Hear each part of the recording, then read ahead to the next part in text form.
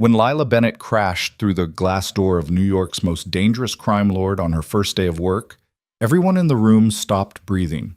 Dante Morelli didn't tolerate mistakes. His last assistant had vanished after filing one report late.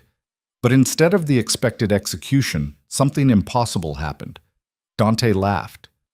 What started as a disaster of spilled coffee and broken antiques became the most dangerous partnership in the city's underworld. This is their story.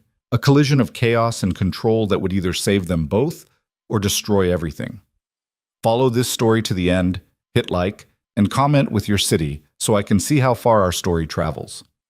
The elevator to the 47th floor of the Morelli Tower moved with the kind of silence that made Lila's stomach turn. She clutched her worn leather portfolio against her chest, trying to ignore the way her reflection in the polished steel doors looked like someone pretending to be competent. Her blonde hair, which she'd attempted to tame into something resembling professionalism, had already started escaping its pins. The navy dress she'd bought specifically for this interview had a coffee stain near the hem that she'd tried to hide by adjusting the belt. It didn't help. "You're fine," she whispered to herself, watching her lips move in the distorted reflection. "It's just an office job. Administrative assistant. Filing, phones, maybe some light accounting. You've done harder things." The elevator chimed. The doors slid open. Lila stepped into a reception area that looked like it had been designed by someone who thought humanity was a design flaw. Everything was black, white, or chrome. The floors were polished marble that reflected the recessed lighting like still water. The furniture looked expensive and deeply uncomfortable. Behind a curved desk that resembled a spaceship control panel, a woman with severe features and hair pulled back so tight it must have given her a headache looked up from her computer screen. "You're late," the woman said. No greeting, no smile. Lila glanced at her watch. "I'm actually 7 minutes early." "Mr. Morelli expects people 15 minutes before their scheduled appointment. You're late." The woman's eyes were the color of old pennies, flat and unimpressed. "Name?" "Lila Bennett. I have an interview at 9. I know why you're here." The woman stood, somehow making the simple action look threatening. She was tall, angular, dressed in a black suit that probably cost more than Lila's monthly rent. "Follow me. Don't touch anything. Don't speak unless Mr. Morelli addresses you directly. Don't make eye contact unless he initiates it. And for your own sake, don't waste his time." Lila blinked. "Is he interviewing me or interrogating me?" The woman's expression didn't change. "With Mr. Morelli, there's rarely a difference." They walked down a hallway lined with abstract art that Lila suspected was either worth millions or a very expensive joke. The carpet here was so thick, her heels sank into it with each step. Every door they passed was closed, but she could feel the weight of people working behind them, the kind of concentrated silence that came from fear of making noise. "I'm sorry," Lila said, because silence made her nervous and nervous made her talk. "I didn't catch your name. I didn't throw it." The woman stopped in front of a set of double doors made of dark wood with chrome handles. "This is Mr. Morelli's office. He's on a call. When the light above the door turns green, you may enter, not before." "What if it doesn't turn green?" "Then you'll wait." "For how long?" The woman looked at her like she'd asked why the sky was blue. "Until it turns green, or until Mr. Morelli's schedule changes and your appointment is canceled, whichever comes first." With that, she turned and walked away, her heels clicking against the marble like a countdown. Lila stood alone in the hallway, staring at the light above the door. It was red, aggressively red. She shifted her weight from one foot to the other, then checked her watch. 9 on the dot. She was technically on time by normal human standards, just not by the standards of whatever dystopian efficiency cult ran this place. Minutes passed. The light stayed red. She could hear a voice through the door, deep, measured, with the kind of control that suggested the speaker never raised it because he'd never needed to. She couldn't make out words, just tone. It wasn't angry. It wasn't kind either. It was the sound of someone stating facts that would not be argued with. Lila's feet hurt. The heels she'd worn were half a size too small, borrowed from her roommate because her own professional shoes had died a tragic death, involving a broken subway grate and a rainstorm. She tried shifting her weight again. Her portfolio was getting heavy. She set it down carefully against the wall, then immediately picked it back up because leaving it on the floor felt wrong in a building this aggressively pristine. The light turned green. Lila grabbed the handle and pushed. The door didn't move. She pushed harder. Nothing. Pull, not push. Obviously. She grabbed the handle again, pulled, and the door swung open with enough momentum that she stumbled forward into the office. Her heel caught the edge of the carpet, and she went sprawling into the room like someone had shoved her from behind. Her portfolio hit the floor first. Papers exploded out of it. Her resume, her references, her hastily printed examples of spreadsheet work, scattering across the dark hardwood floor like oversized confetti. Then Lila herself hit something that crashed spectacularly. She registered several things at once: the sound of shattering porcelain, the smell of old paper and expensive cologne, and the absolute silence that followed the destruction. She was on her hands and knees on the floor of Dante Morelli's office, surrounded by pieces of what had been a vase. Not just any vase. This had been the kind of vase that belonged in a museum, blue and white, with delicate painted scenes that were now just expensive fragments. "Oh no," Lila breathed. "Oh no, no, no." "Stand up." The voice came from behind a desk the size of a small car. It was the same voice she'd heard through the door, but clearer now. Calm. Too calm. Lila scrambled to her feet, which was harder than it should have been because her heel was still caught in the carpet and her hands were shaking. She managed to get vertical, then immediately stepped on one of her scattered resume pages, which slid under her foot like ice. She grabbed the edge of a bookshelf to keep from falling again. Something else fell off the shelf. A small sculpture. It hit the floor with a crack. "Stop moving," the voice said. Lila froze. Her heart was hammering so hard she could feel it in her throat. She'd been in the room for maybe 15 seconds, and she'd already destroyed what was probably thousands of dollars worth of art. "I'm so sorry," she said. "I'll pay for it. I don't know how I'll pay for it, but I'll figure something out. I'll get a second job. Look at me." Lila forced herself to look up from the wreckage. Dante Morelli sat behind his desk with the stillness of a predator deciding whether something was prey or just entertainment. He was younger than she'd expected. Mid-30s maybe, with dark hair cut sharp enough to draw blood, and a face that looked like it had been assembled by someone who understood geometry better than warmth. He wore a black suit that fit him like it had been born there. No tie. The top button of his white shirt was undone, which was somehow more unsettling than if he'd been buttoned up completely. His eyes were dark. Not brown. Genuinely dark, the kind that didn't reflect light so much as absorb it. He was looking at her like she was a puzzle he was solving in real time. "You're Lila Bennett," he said. Not a question. "Yes." Her voice came out smaller than she wanted. I had an interview. I'm so sorry about the vase." It was 14th century Ming Dynasty, worth approximately $80,000. Lila felt the blood drain from her face. I can set up a payment plan." It was also a fake. He tilted his head slightly. "I keep the real one in storage. This office gets too much foot traffic for genuine antiques." She blinked. "So I didn't just destroy—" "You destroyed a $1,500 reproduction. Still expensive, still careless, but not catastrophic." He stood up and Lila realized he was tall. Not absurdly tall, but tall enough that standing changed the entire geometry of the room. The sculpture you knocked off the shelf, however, was real. 18th century ivory. That one you'll be paying for. Lila looked down at the broken pieces near her feet. "How much?" "We'll discuss it if you survive the next 10 minutes. He walked around his desk, moving with the kind of precision that made every step look intentional. "Tell me, Miss Bennett, do you make a habit of destroying things, or is today special?" "I'm not usually this much of a disaster," Lila said, then immediately regretted it because that sounded defensive and desperate. "I mean, I'm competent, I'm organized, You're standing in a pile of broken porcelain and your own resume." He stopped a few feet away from her, close enough that she could see a small scar near his left eyebrow. "You're wearing shoes that don't fit and a dress with a stain on it. Your portfolio appears to have been held together with hope and a broken zipper. Every reference I can see from here has a coffee ring on it." Lila felt her face getting hot. "I can explain." "Don't."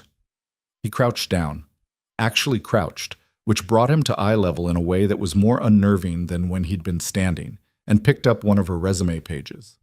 He read it in silence for a moment. "Bachelor's degree in mathematics from Columbia, full scholarship. Graduated summa cum laude. 3 years experience in financial analysis at Morrison and Hecht before they went under last year. He looked up at her.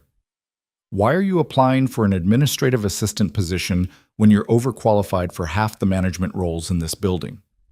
Because I need a job, Lila said honestly. And nobody wants to hire someone whose last employer was indicted for fraud, even if I had nothing to do with it. You worked in their accounting department. I worked in data analysis. I found the irregularities and reported them. Then the FBI found worse irregularities and the whole company collapsed. She met his eyes because at this point she had nothing left to lose. I did the right thing, and it destroyed my career. So now I'm starting over, and apparently I'm doing that by demolishing your office. Something changed in Dante's expression. Not softening. He didn't look like someone who softened, but something shifted, like he'd just confirmed a theory. You reported the fraud, he said. Yes. Knowing it would cost you your job. I reported it because it was going to cost people their retirement savings if someone didn't. Lila heard her voice getting stronger, which was dangerous, but she couldn't seem to stop it. I didn't know it would collapse the whole company. I thought they'd fix it. I was wrong. Dante stood up, still holding her resume. And now you're broke, unhireable, and desperate enough to work for me. I researched your company, Lila said.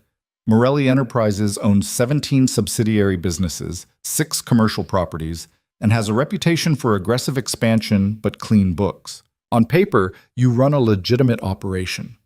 On paper, Dante repeated, and there might have been amusement in his voice. Might have been. I need a job, Lila said again. I'm good at what I do. I'm detail-oriented, I'm fast, and I don't ask questions I don't need answers to. That last part is a lie. You've already asked my receptionist questions. I asked her name, which she didn't give you because I don't pay her to make friends. He walked back to his desk, somehow managing to avoid every piece of broken porcelain without looking down. I've had 4 administrative assistants in the past 2 years. 1 quit after 3 days. 1 lasted a week before developing a nervous condition. 1 made the mistake of being late twice. The 4th one tried to steal from me. What happened to them? The first 3 found other employment. The 4th is no longer a concern. He sat down, gesturing to the chair across from his desk. Sit. Lila looked at the chair, then at the wreckage between her and it. She picked her way across the floor carefully, trying not to step on anything else, and lowered herself into the chair. It was exactly as uncomfortable as it looked. Dante opened a drawer in his desk and pulled out a thin folder. I'm going to ask you 3 questions. Answer them honestly. If I think you're lying, this interview is over and you'll never work in this city again. Understood? Lila's mouth went dry. Understood. First question, why did you really come here today? I told you, You need a job, yes, but you've applied to 43 companies in the past 6 months. I know this because I had someone pull your credit report and background check yesterday. He leaned back in his chair. 37 of those applications were for positions similar to what you had before. 5 were lateral moves. Only 1, this one, was a significant step down. So I'll ask again, why here? Lila took a breath. The truth or a lie? She was reasonably sure he'd know the difference. Because everyone else sees my resume and thinks I'm either incompetent or criminal, she said. The Fraud Association killed me before I could defend myself. But your company, you have a reputation for hiring people other companies won't touch. You've got 3 executives who came from companies that collapsed. You hired a woman who'd been fired from 6 jobs before landing here. Either you're incredibly forgiving or you don't care about conventional hiring practices. Or I value competence over credentials. That too. Lila met his eyes. I'm gambling that you're the kind of person who judges people by what they can do, not what someone else did. Dante was quiet for a moment. Then, second question. What's the real reason Morrison and Hecht collapsed? The fraud investigation. That's the official reason. What's the real one? Lila hesitated. This felt like a test, but she didn't know what answer he was looking for. The fraud was real, she said slowly, but it wasn't the whole picture. Morrison had borrowed heavily to cover expansion costs. When the investigation froze their assets, they couldn't make payroll. That triggered a cascade. Clients pulled out, creditors called in debts, and the whole structure collapsed in 3 weeks. The fraud lit the match, but the company was already soaked in gasoline. You saw that coming? It wasn't a question, but Lila answered anyway. I saw the pattern 6 months before it happened. I reported it internally. Nobody listened. Why not? Because I was 26 years old and telling executives twice my age that they were running the company into the ground. They thought I was being dramatic. Lila heard the bitterness in her voice and tried to pull it back. They were wrong. I was right. None of that mattered in the end. Dante picked up a pen from his desk and clicked it once. The sound was sharp in the quiet office. Third question. If I hire you and you find irregularities in my company's books, what will you do? This was the real test. Lila knew it. I'd report it to you, she said, directly, and then I'd help you fix it. Not the authorities? Not unless you told me to. Lila leaned forward slightly. I learned my lesson at Morrison. Going over someone's head doesn't fix the problem, it just creates chaos. If I work for you, I work for you. Not the FBI, not the SEC, not anyone else. That's either loyalty or moral flexibility. It's practicality, Lila said. I can't fix problems from the outside. I can only fix them if I'm trusted enough to be on the inside. Dante clicked the pen again. Once, twice, then he set it down carefully on the desk, aligned perfectly with the edge of his notebook. You start Monday, he said, 8 a.m. sharp, not 8:15, not 7:45, 8 exactly. Lila felt something in her chest unclench. Thank you. I won't. Your salary will be $60,000 annually. Health insurance starts after 90 days. You'll report directly to me, which means you'll work longer hours than anyone else in this building, and you'll handle information that could put you in danger if it reaches the wrong people. You will not discuss my business outside this office. You will not ask questions about operations that don't concern you, and you will not, under any circumstances, break anything else in my office. I understand. You'll sign an NDA so comprehensive that your lawyer will advise you not to sign it. You'll do it anyway because you need this job more than you need legal protection. He stood up. The ivory sculpture you broke was worth $4,000. I'm deducting it from your first 3 paychecks.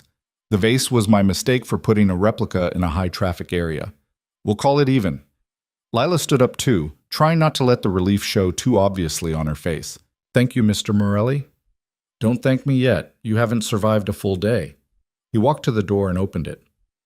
Claire will send you the employment paperwork. Read everything. Sign nothing until you're sure. Claire? My receptionist. The woman whose name you asked for. Right.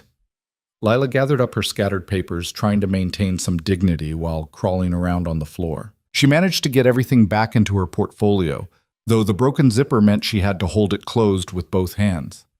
When she reached the door, Dante spoke again. Miss Bennett. She turned back. The real reason I'm hiring you isn't your credentials or your desperation, he said. It's because you reported the fraud at Morrison, even though you knew it would cost you everything. Most people don't have that kind of spine. I need someone who does. Lila didn't know what to say to that, so she just nodded and left. The weekend passed in a blur of anxiety and preparation. Lila bought new shoes, actual professional shoes that fit, and 2 more dresses that didn't have stains. She read through the NDA that Claire emailed her, all 47 pages of it, and signed it anyway because Dante had been right. She needed this job more than she needed legal protection. Monday morning arrived with rain. Lila stood outside Morelli Tower at 7:45, holding an umbrella that had already turned inside out once in the wind, and watched the building loom above her like a monument to intimidation. The lobby was all marble and steel, with security guards who checked IDs like they were guarding nuclear codes. She made it to the 47th floor at 7:58. Claire was already at her desk, looking exactly as severe as she had during the interview. She glanced at Lila, then at the clock on her computer screen. You're early. I thought early was on time here. Early is acceptable. On time is mandatory. Late is terminal. Claire handed her a key card and a thin folder. Your desk is in the alcove outside Mr. Morelli's office. You have access to the 47th floor, the executive conference room on 46, and the records archive on 42. Anywhere else requires written authorization. Your computer login is in the folder. Change the password immediately. Mr. Morelli will be in at 8. He expects coffee, black, no sugar, temperature between 180 and 185 degrees, on his desk at 8:01. Not 8 o'clock. Not 8:02. Where do I... Claire pointed to a door marked Executive Break Room. There's a thermometer in the drawer next to the espresso machine. Use it. Lila took the folder and the key card and made her way to the break room, which was less a room and more a shrine to expensive appliances. The espresso machine looked like it could launch a satellite.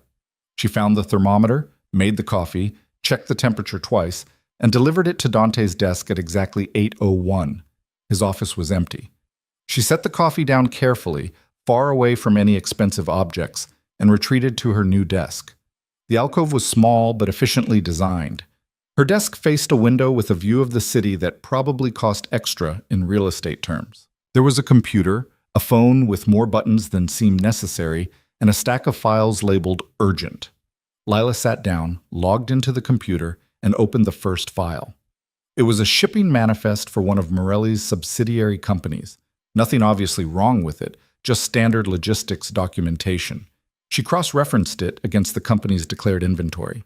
The numbers didn't match, not dramatically, just slightly. A shipment of textiles that was supposed to contain 500 units actually contained 487. The difference had been noted but not explained. Lila pulled up another manifest. Same company, different month. Another small discrepancy. 13 units short. She opened a spreadsheet and started building a pattern analysis. You've been here for 20 minutes and you're already looking for problems. Lila jumped. Dante was standing in the doorway to his office, holding the coffee she'd delivered. He wasn't smiling, but there was something in his expression that might have been approval. I'm just reviewing the files you marked urgent, Lila said. Those files are 6 months old. They're not urgent. They're a test. He took a sip of coffee. 184 degrees, acceptable. You tested the temperature? I test everything. He walked to her desk and looked at her computer screen. What did you find? Small inventory discrepancies across multiple shipments from Arcadia Textiles. Nothing major but consistent. Either their counting system is broken or someone's skimming. Which do you think it is? If it was a counting error, it would be random. This is too consistent. Someone's taking a little bit from every shipment because they think small losses won't be noticed. Dante set his coffee down on her desk. How much have they taken in total? Lila pulled up her quick calculation. Over 6 months? Approximately $32,000 worth of inventory, assuming standard wholesale pricing. Who's doing it? I'd need access to employee records and shipping schedules to narrow it down. Probably someone in the warehouse with authorization to adjust counts. You've been at this desk for 20 minutes, Dante said quietly. My last assistant didn't catch this in 6 months of looking at the same files. Your last assistant might not have been looking for patterns. She was looking for exactly this. I told her to. He picked up his coffee again. The difference is that she wasn't good at it, and you are. Lila felt a small surge of pride, followed immediately by suspicion. You already knew about the discrepancies. I've known for 8 months. I wanted to see how long it would take you to find them. That's... Lila stopped herself before saying something that would get her fired on her first day. That's very thorough of you. I don't hire people I haven't tested, and I don't trust people until they've proven they're worth trusting. He started walking back to his office, then paused. Fix the Arcadia problem, quietly. I don't want the person responsible to know they've been caught until I decide what to do about it. How do you want me to... You're smart enough to find the problem. Be smart enough to fix it. He disappeared into his office and closed the door. Lila stared at the closed door for a moment, then back at her computer screen. She pulled up employee records, shipping schedules, and warehouse access logs. It took her 3 hours of cross-referencing and building timelines. But she found him. Marcus Renton, warehouse supervisor, who'd been with the company for 6 years and had access to inventory systems. He was adjusting counts after shipments were loaded, but before they were logged, skimming just enough that it looked like rounding errors. She wrote up a brief report with evidence and left it on Dante's desk while he was in a meeting. When he came back, he read it in silence, then called her into his office. You're certain? Unless he's being very elaborately framed, yes. What would you do about it? Lila hesitated. Fire him and report it to the police? Why? Because he's stealing from you. He's stealing $32,000 over 6 months. That's roughly $5,000 a month. Do you know what I spend on office coffee in a month? I'm guessing more than $5,000. Significantly more. So why does this matter? Lila thought about it. Because it's not about the money. It's about the principle. If people think they can steal from you without consequences, more people will try. Better. Dante leaned back in his chair. What else? If he's stealing inventory, he might be selling it somewhere, which means he has a buyer, which means there's a leak in your supply chain that could be exploited for worse things than textiles. There it is. Dante stood up. I don't care about Marcus Renton. I care about the infrastructure that allowed him to operate for 8 months without being caught. Fix the infrastructure. How? Implement a verification system, random audits, dual authorization for count adjustments. Make it harder to cheat than to do the job correctly. He walked to the window. And then fire Renton, but do it quietly. No police, no drama. I'll handle the rest. Lila felt cold. What does handle the rest mean? Dante turned to look at her. It means you don't ask questions you don't want answered. She thought about arguing, about pointing out that if they didn't report it, Renton could just do the same thing somewhere else. But she remembered what she'd said in the interview. If I work for you, I work for you. I'll implement the new system this week, she said. Good. He walked back to his desk. And Miss Bennett? Yes? Don't lose sleep over Marcus Renton. Trust me when I say he won't be a problem anymore. Lila left the office, went back to her desk, and tried very hard not to think about what that meant. The weeks that followed established a rhythm that was equal parts productive and unsettling. Lila arrived at 7:55 every morning, made Dante's coffee at precisely the right temperature, and worked through problems that ranged from mundane administrative tasks to complex financial analysis that seemed designed to test the limits of her patience and intelligence. Dante was demanding in a way that felt personal. He didn't just want work done. He wanted it done perfectly, efficiently, and often under conditions that seemed deliberately designed to be difficult. He'd give her assignments with missing information and expect her to find it. He'd ask for analysis without telling her what he was looking for, and then critique her for not reading his mind. And yet, there were moments when he'd review her work and nod slightly, which she'd learned was the equivalent of effusive praise from anyone else. Moments when he'd ask her opinion on something and actually listen to her answer. Moments when she'd catch him looking at her with an expression that wasn't quite approval, but wasn't dismissal either. The office itself was strange. People moved through the building like they were walking on eggshells, speaking in low voices and avoiding eye contact in elevators. She'd heard whispers about Dante in the break room, rumors that ranged from plausible to absurd. Some people said he'd built his empire from nothing. Others said he'd inherited it from his father, who'd been even worse. Everyone agreed that crossing him was a career-ending mistake at best, and something worse at worst. Lila tried not to think about it too hard. She was good at her job. That was what mattered. She fixed problems, streamlined processes, and caught mistakes before they became disasters. She learned to anticipate what Dante needed before he asked for it, learned to read his moods in the small shifts of his expression, learned to exist in the controlled chaos of his world without getting crushed by it. And then, 6 weeks into her employment, she found something she wasn't supposed to find. It was late, almost 8 p.m. Most of the office had cleared out hours ago, but Dante was still in a meeting and Lila was working through a backlog of expense reports that had been flagged for review. Routine stuff. Travel expenses, client entertainment, equipment purchases. Except one report didn't make sense. A subsidiary company called Meridian Holdings had submitted an expense report for $127,000 in consulting fees. That alone wasn't unusual. Companies hired consultants all the time. But when Lila pulled up Meridian's financial records to cross-reference, she found something odd. The consulting fees had been paid to a company called Apex Advisory Group.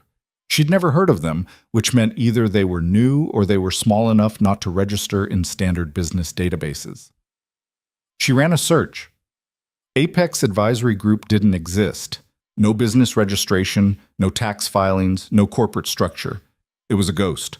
Lila felt her pulse quicken. This was either a clerical error or something much worse. She pulled up more records from Meridian. 3 more payments to Apex Advisory over the past 6 months, each between $100,000 and $150,000. Over $500,000 paid to a company that didn't exist. She cross-referenced Meridian's other expenses. Everything else looked normal. Standard operating costs, legitimate vendor relationships, clean accounting. Just these 4 payments stood out like neon signs in a dark room. Lila sat back in her chair, staring at the screen. This was wrong. Either someone at Meridian was running a scheme or the money was going somewhere it wasn't supposed to go. And if Dante knew about it, if this was intentional, then she'd just stumbled into something that could get her killed. She should close the file, forget she saw it, go home. Instead, she kept digging. She pulled up shipping records for Meridian. They were a logistics company. Warehouses, distribution, transport. She cross-referenced their shipping manifests with their financial records, looking for patterns. There. Shipments that didn't match the declared inventory. Routes that took longer than they should. Warehouses that were listed as operational but had minimal activity in the logs. This wasn't just fraud. This was something bigger. Working late. Lila's heart nearly stopped. She looked up to find Dante standing in the doorway, his jacket off and his sleeves rolled up. He looked tired in a way she'd never seen him look tired before. "I was just finishing the expense reports," she said, trying to keep her voice steady. "Find anything interesting?" This was the moment, the decision that would define everything that came next.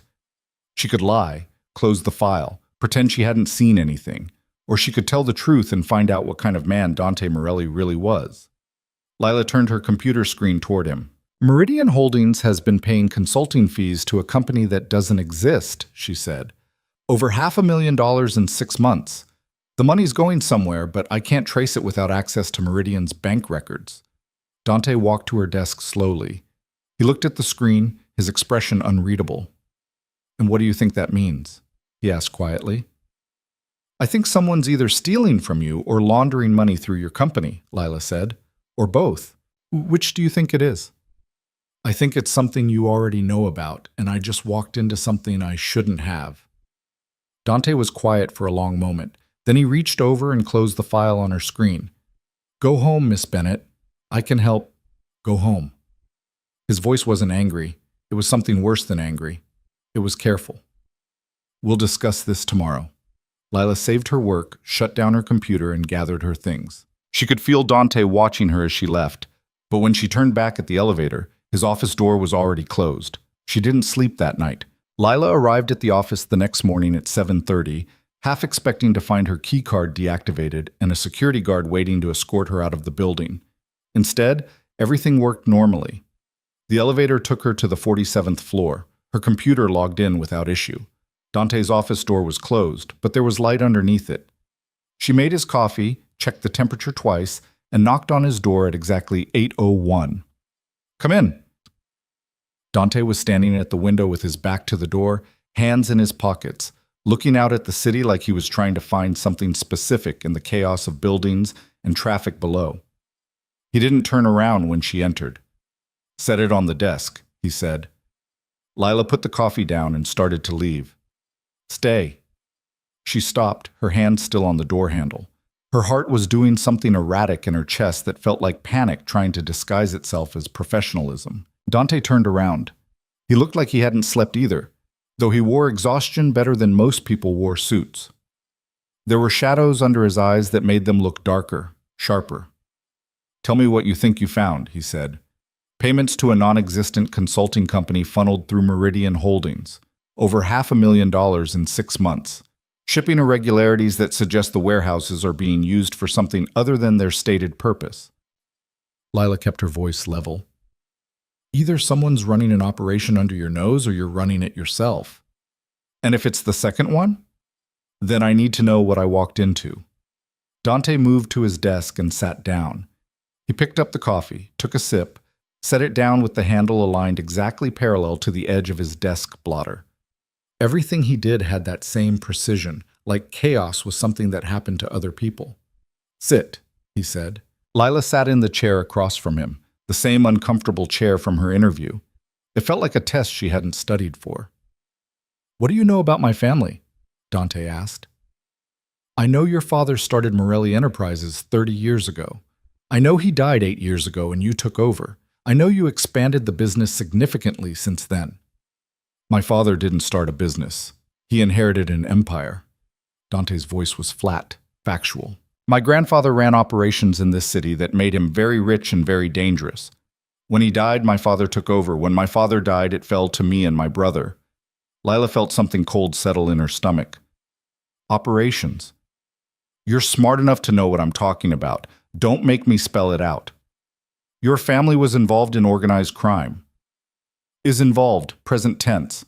Dante leaned back in his chair. Though we're working on changing that. Some parts of the business are legitimate now. Others are in transition. And some, like Meridian, are still being used for purposes that wouldn't pass an audit. You're laundering money. I'm cleaning up a mess I inherited. There's a difference. He picked up a pen from his desk and turned it over in his fingers. When my father died, I had two choices. I could walk away and let the whole structure collapse into chaos, or I could take control and try to build something that wouldn't eventually put everyone I care about in prison or in the ground. I chose the second option. Why are you telling me this? Because you found it on your own, which means you're either going to be an asset or a liability. I'm giving you the option to choose which one. Lila's mouth was dry. And if I choose to walk away? Then you'll sign an expanded NDA, take a generous severance package, and never speak about what you found. You'll also never work in this city again because I'll make sure every company you apply to knows you can't be trusted with sensitive information. That's not exactly a choice. No, Dante agreed. It's not. But it's more of a choice than most people in your position would get. Lila looked at him across the desk. This man who'd hired her when no one else would, who'd tested her and pushed her and somehow seen something in her that she'd stopped seeing in herself. He was offering her a place in something that could destroy her life. Or he was offering her a chance to be part of something that mattered, even if it was complicated and dangerous and probably illegal.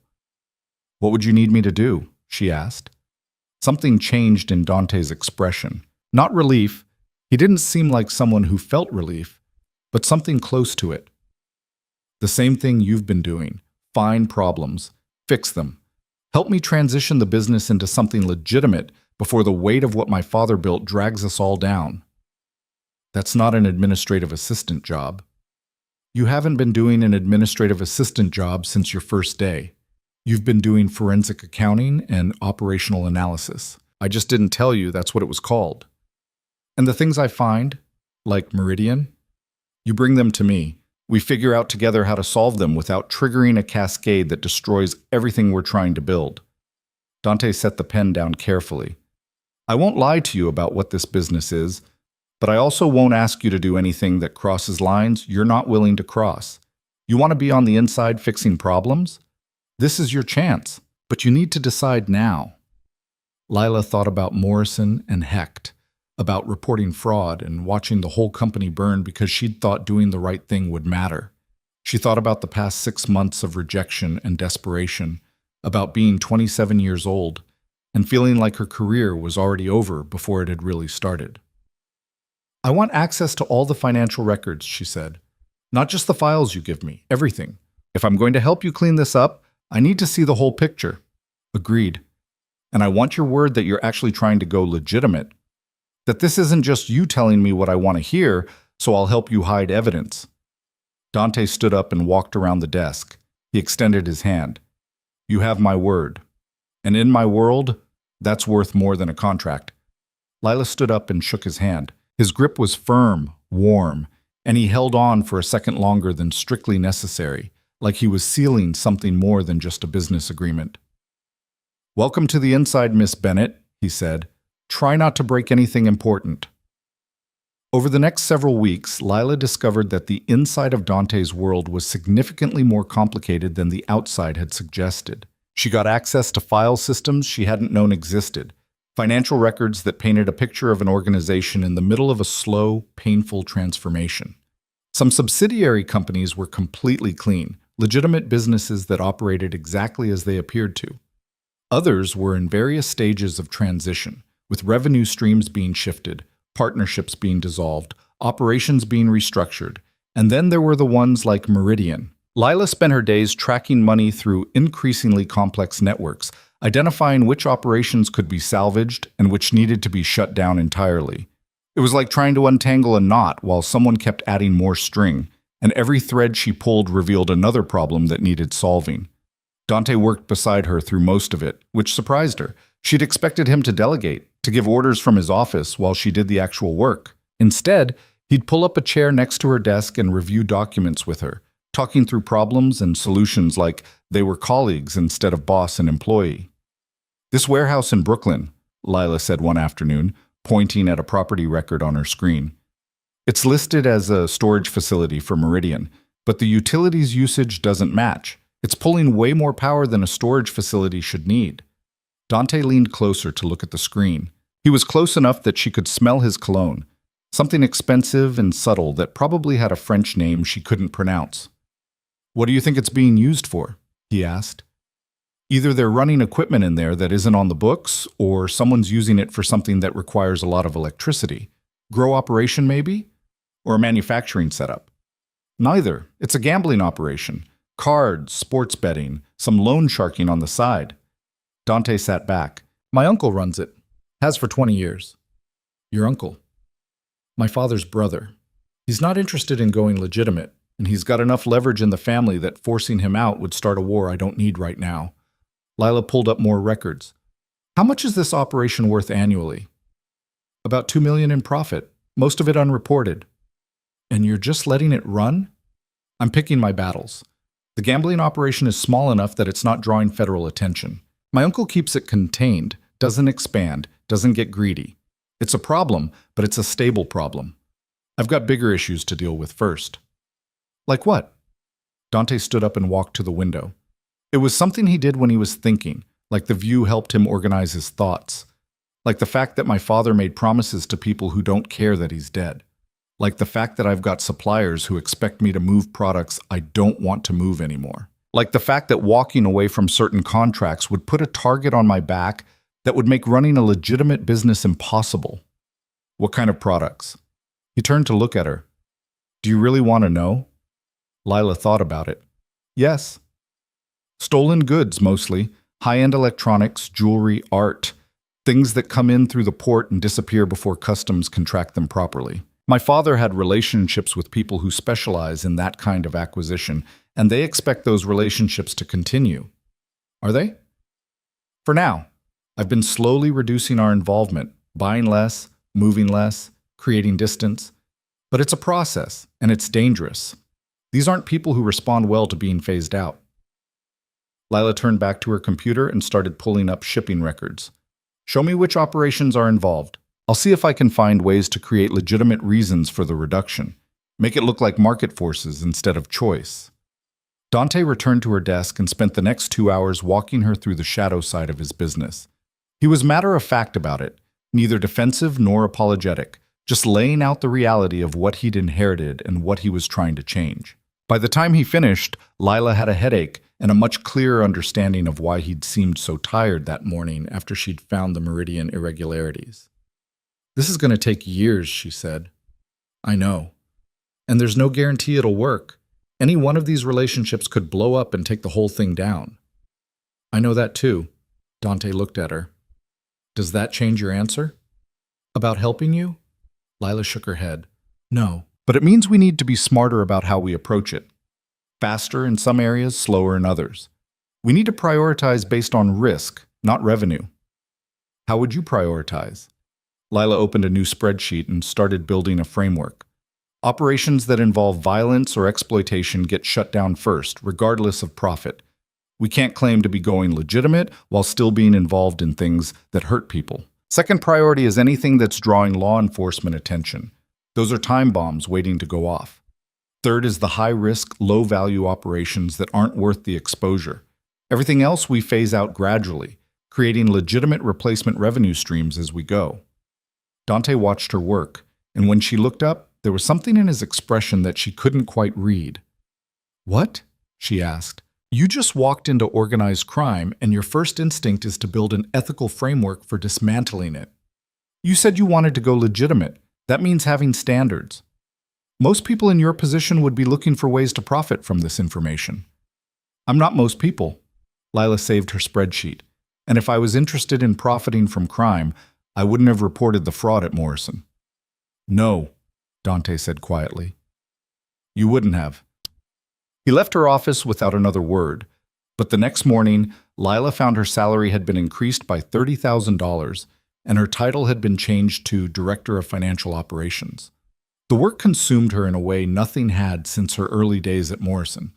She was solving puzzles that mattered, fixing problems that had real consequences, working alongside someone who treated her like an equal instead of an inconvenience. The hours were brutal, 12, 14-hour days were normal.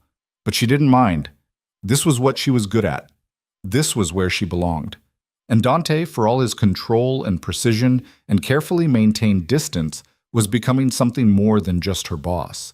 She noticed small things, the way he'd bring her coffee in the afternoon when he knew she'd been staring at spreadsheets for too long. The way he'd ask her opinion on things that had nothing to do with business, books, music, whether the new restaurant on Fifth Avenue was worth the hype.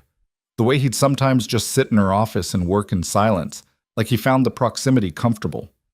She noticed the way he looked at her when he thought she wasn't paying attention, with an expression that was something close to curiosity, mixed with something that looked almost like concern. 3 months into her new position, Lila was working late on a particularly complicated analysis of shipping routes when Dante appeared in her doorway holding 2 glasses and a bottle of whiskey that probably cost more than her first car. "Take a break," he said. "I'm almost done with this. You've been almost done with it for 3 hours. Take a break." Lila saved her work and accepted the glass he poured for her. The whiskey was smooth and warm and tasted like smoke and honey. "What are we drinking to?" she asked. "Progress.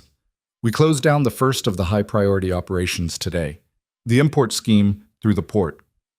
That was on the timeline for next month. I moved it up. You were right about it being too high risk." Dante sat down in the chair across from her desk. "The people involved weren't happy, but they'll adjust." "How unhappy?" "Unhappy enough that I've got security on you for the next 2 weeks." Lila set her glass down. "Excuse me? The people we cut loose know you're the one who identified them as a liability. They're not going to do anything stupid, but I'm not taking chances with your safety. You didn't think to discuss this with me first? I'm discussing it now." "After you already made the decision?" "Yes." Dante took a drink. "Because if I'd asked first, you would have argued that you don't need protection, and I would have disagreed, and we would have wasted time on a conversation that would end with me doing exactly what I'm doing now." "That's..." Lila stopped, because he wasn't wrong, and they both knew it. "I don't like being treated like I can't take care of myself. I'm treating you like you're important to this operation, and I can't afford to lose you. There's a difference." "Is there?" Dante leaned forward. "I've had 4 administrative assistants in 2 years.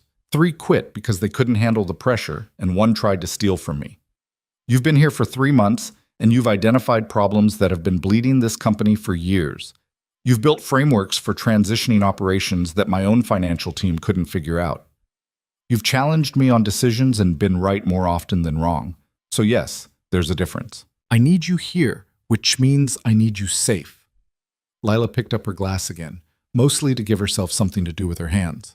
"I appreciate that, but I still don't like being told instead of asked." "Noted." Dante's mouth quirked slightly, which was the closest he usually came to a smile. "I'll try to remember that the next time your life is potentially in danger." "See that you do." They sat in comfortable silence for a moment, drinking expensive whiskey and watching the city lights through her office window. "Can I ask you something?" Lila said. "That depends on the question. You said your brother was supposed to inherit this with you. What happened to him?" Dante's expression went very still. "He died." "I'm sorry, I didn't mean..." "He was killed 5 years ago during a dispute with a rival organization over territory." Dante looked down at his glass. "He was the one who was supposed to take over the legitimate side of the business. He was good with people, good at negotiation, good at building relationships that didn't involve threats. I was the one who was supposed to handle the other side, enforcement, operations, the parts that required someone who could make difficult decisions without hesitating." "But he died and you got both." "He died, and I inherited a world I was only half prepared for. The violent half I understood. The part where you build something instead of just protecting it, that was his skill, not mine." Lila thought about that.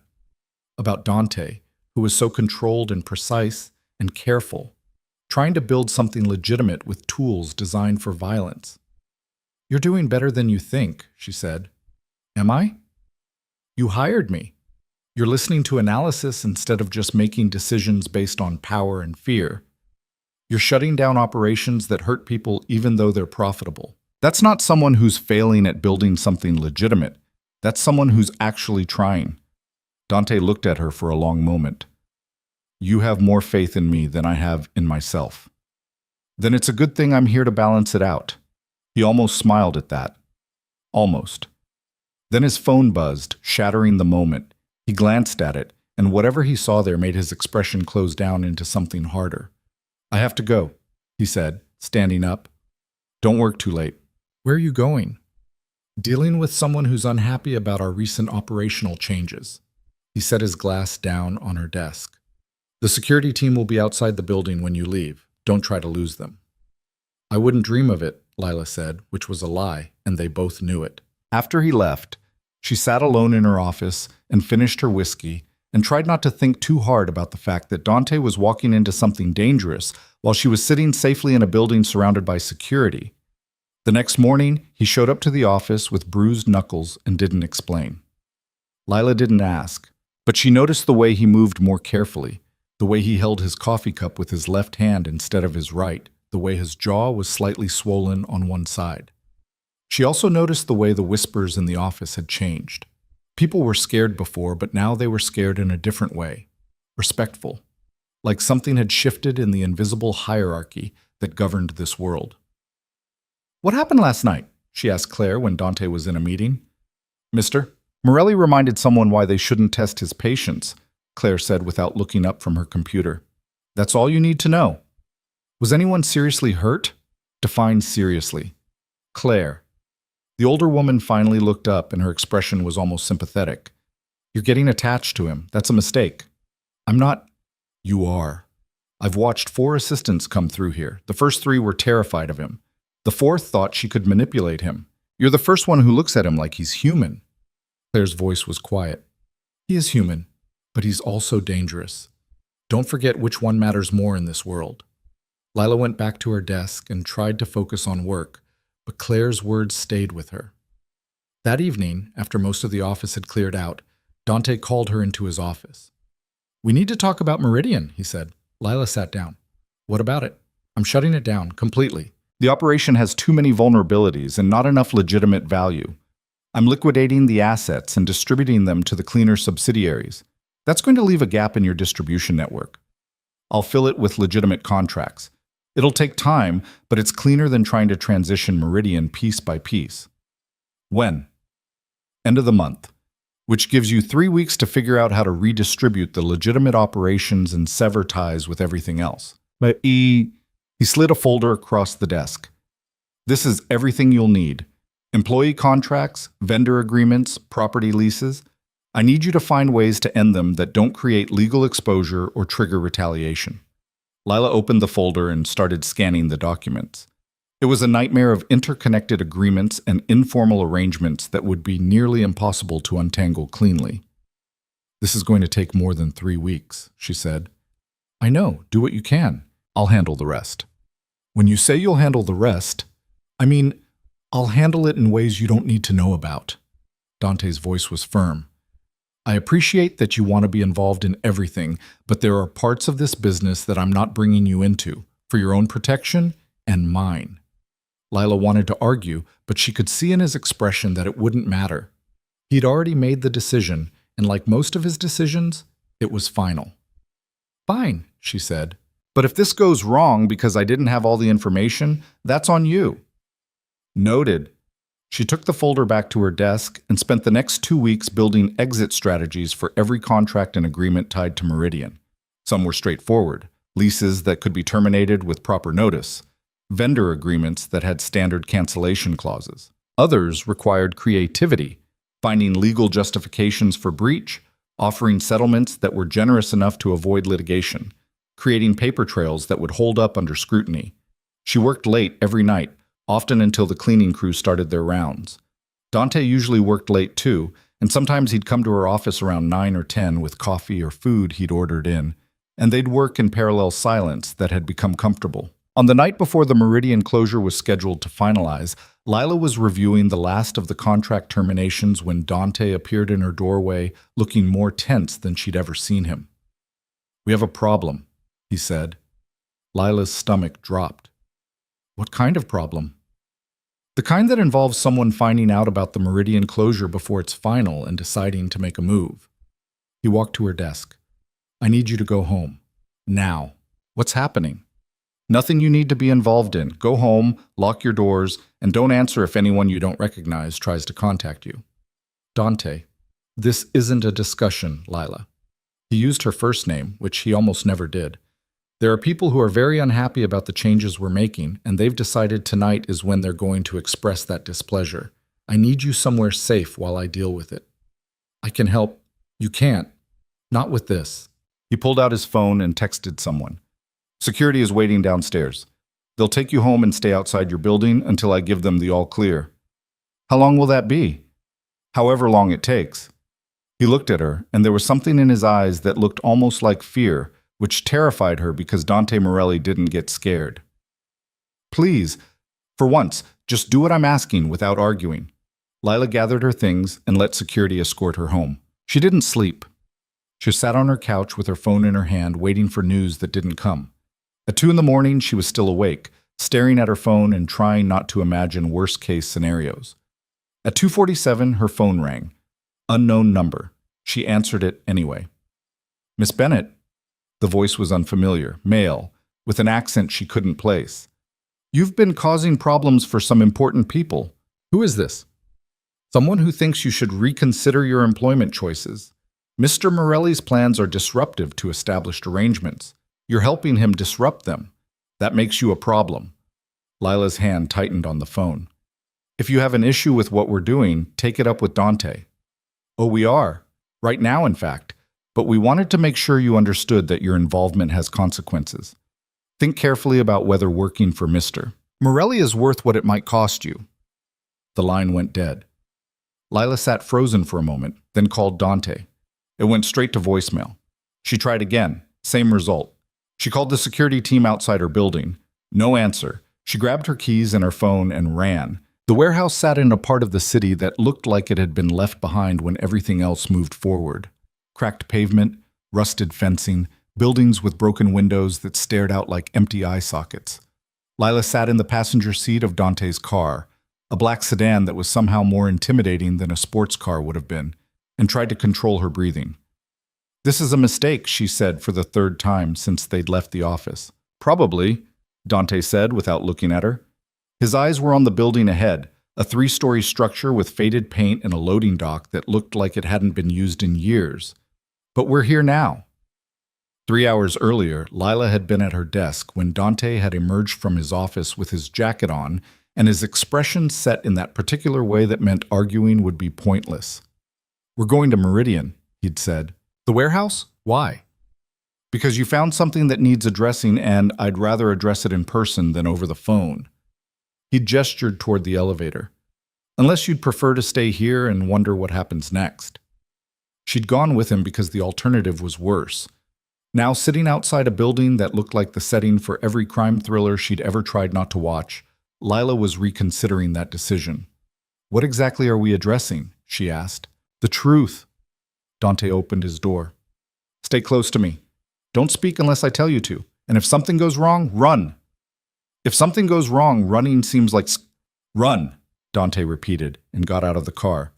Lila followed because, at this point, following seemed safer than being left alone in a neighborhood where the streetlights flickered like they were trying to warn people away. The warehouse entrance was a metal door with a keypad that Dante unlocked with a code he punched in without hesitation. Inside, the air smelled like dust and old concrete. Fluorescent lights buzzed overhead, half of them dead, the others casting everything in a sickly yellow-green glow. Their footsteps echoed. "Mr. Morelli!" A man emerged from an office near the back, middle-aged, wearing a suit that had been expensive once, but now just looked tired. "We weren't expecting you. That's the point of unannounced visits, Gerald." Dante's voice was pleasant in a way that made Lila's skin crawl. This is Miss Bennett, my assistant. She's been reviewing Meridian's books. Gerald's smile didn't reach his eyes. Everything should be in order. Should be, Dante agreed. But Miss Bennett found some discrepancies. Consulting fees paid to a company called Apex Advisory. You're familiar with them? The smile froze on Gerald's face. Of course. They handle logistics consulting for our overseas operations. Interesting, because Apex Advisory doesn't exist. Dante walked past Gerald into the office, and Lila followed, her heart hammering. No business registration, no tax filings, no corporate presence anywhere. So either you've been paying $500,000 to a ghost, or you've been moving money somewhere it's not supposed to go. Gerald's face had gone pale. There must be some mistake in the paperwork. There's no mistake. Dante sat down in Gerald's chair like he owned it, which technically he did. Here's what's going to happen. You're going to tell me exactly where that money went and who authorized the payments. And then you're going to tell me what else you've been running through this warehouse that isn't on the books. I don't know what you're... Dante's hand came down on the desk hard enough that Lila flinched. Gerald went silent. Don't insult me, Dante said quietly.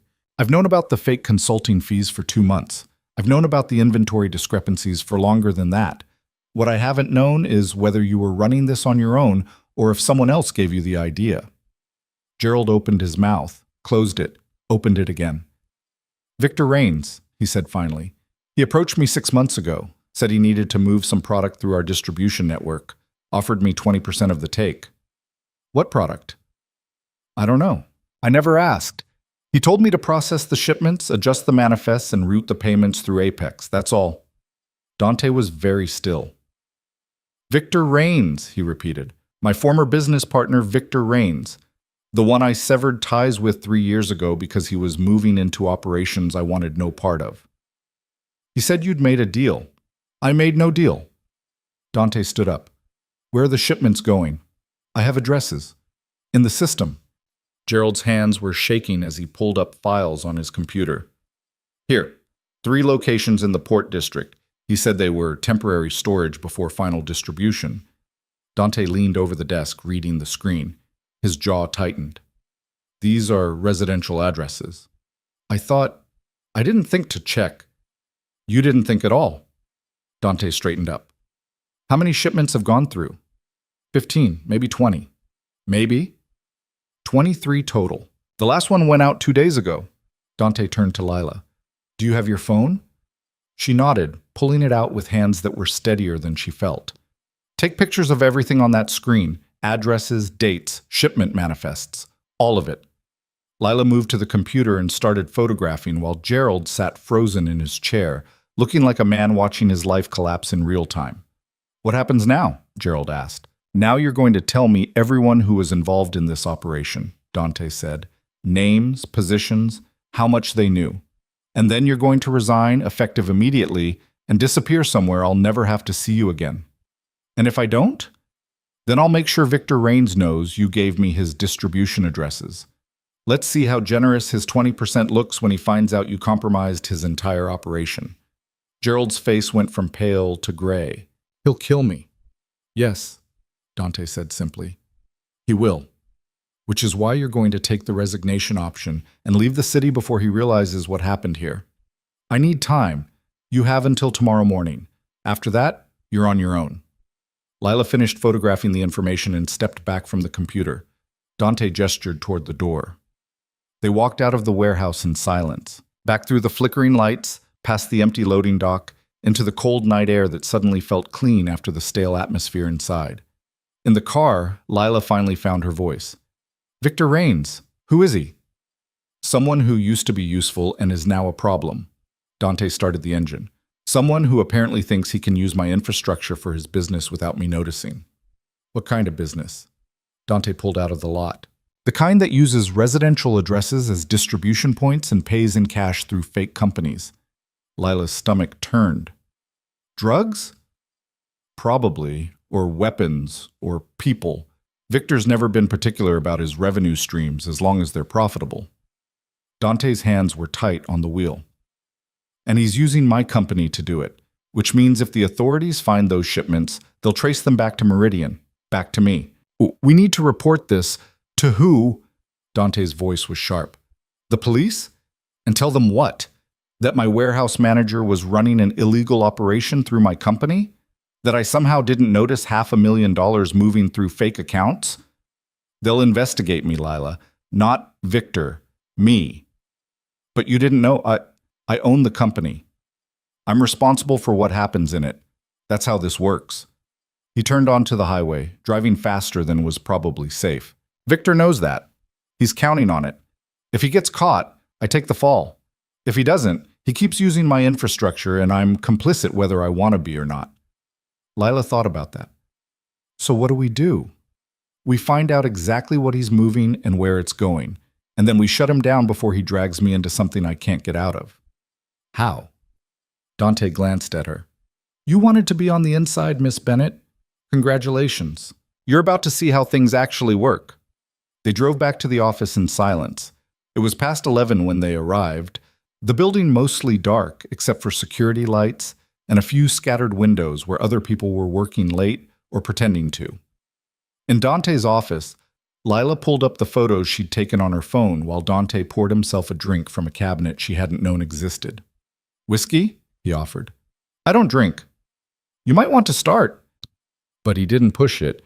He sat down across from her and gestured to her phone. Show me. Lila pulled up the addresses. 3 locations in the Port District, all residential buildings. Older construction, probably low-income housing based on the neighborhoods. Front operations, Dante said. Victor's using them as temporary holding points. Shipments come in, get broken down into smaller packages, then distributed through local networks. Clean enough that it doesn't look like organized crime, dirty enough that the people living there are probably too scared to report it. We need to see what's actually in those shipments. No, I need to see. You need to stay out of this. Lila looked up from her phone. You brought me into this. You can't just... I brought you into the investigation, not into whatever comes next. Dante drained his glass and set it down harder than necessary. Victor Raines is dangerous. Not in the way most criminals are dangerous, not stupid or impulsive. He's smart. He plans. And he doesn't leave witnesses when things go wrong. All the more reason you shouldn't go alone. I'm not going alone.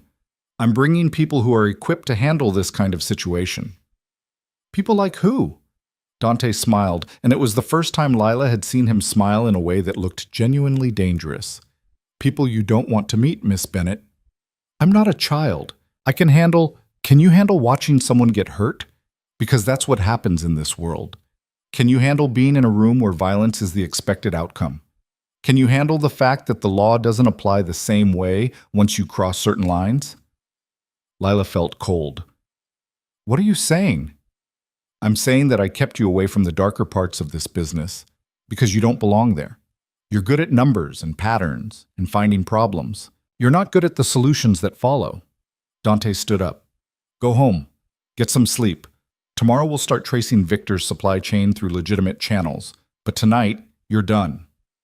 And what are you going to do? What needs to be done?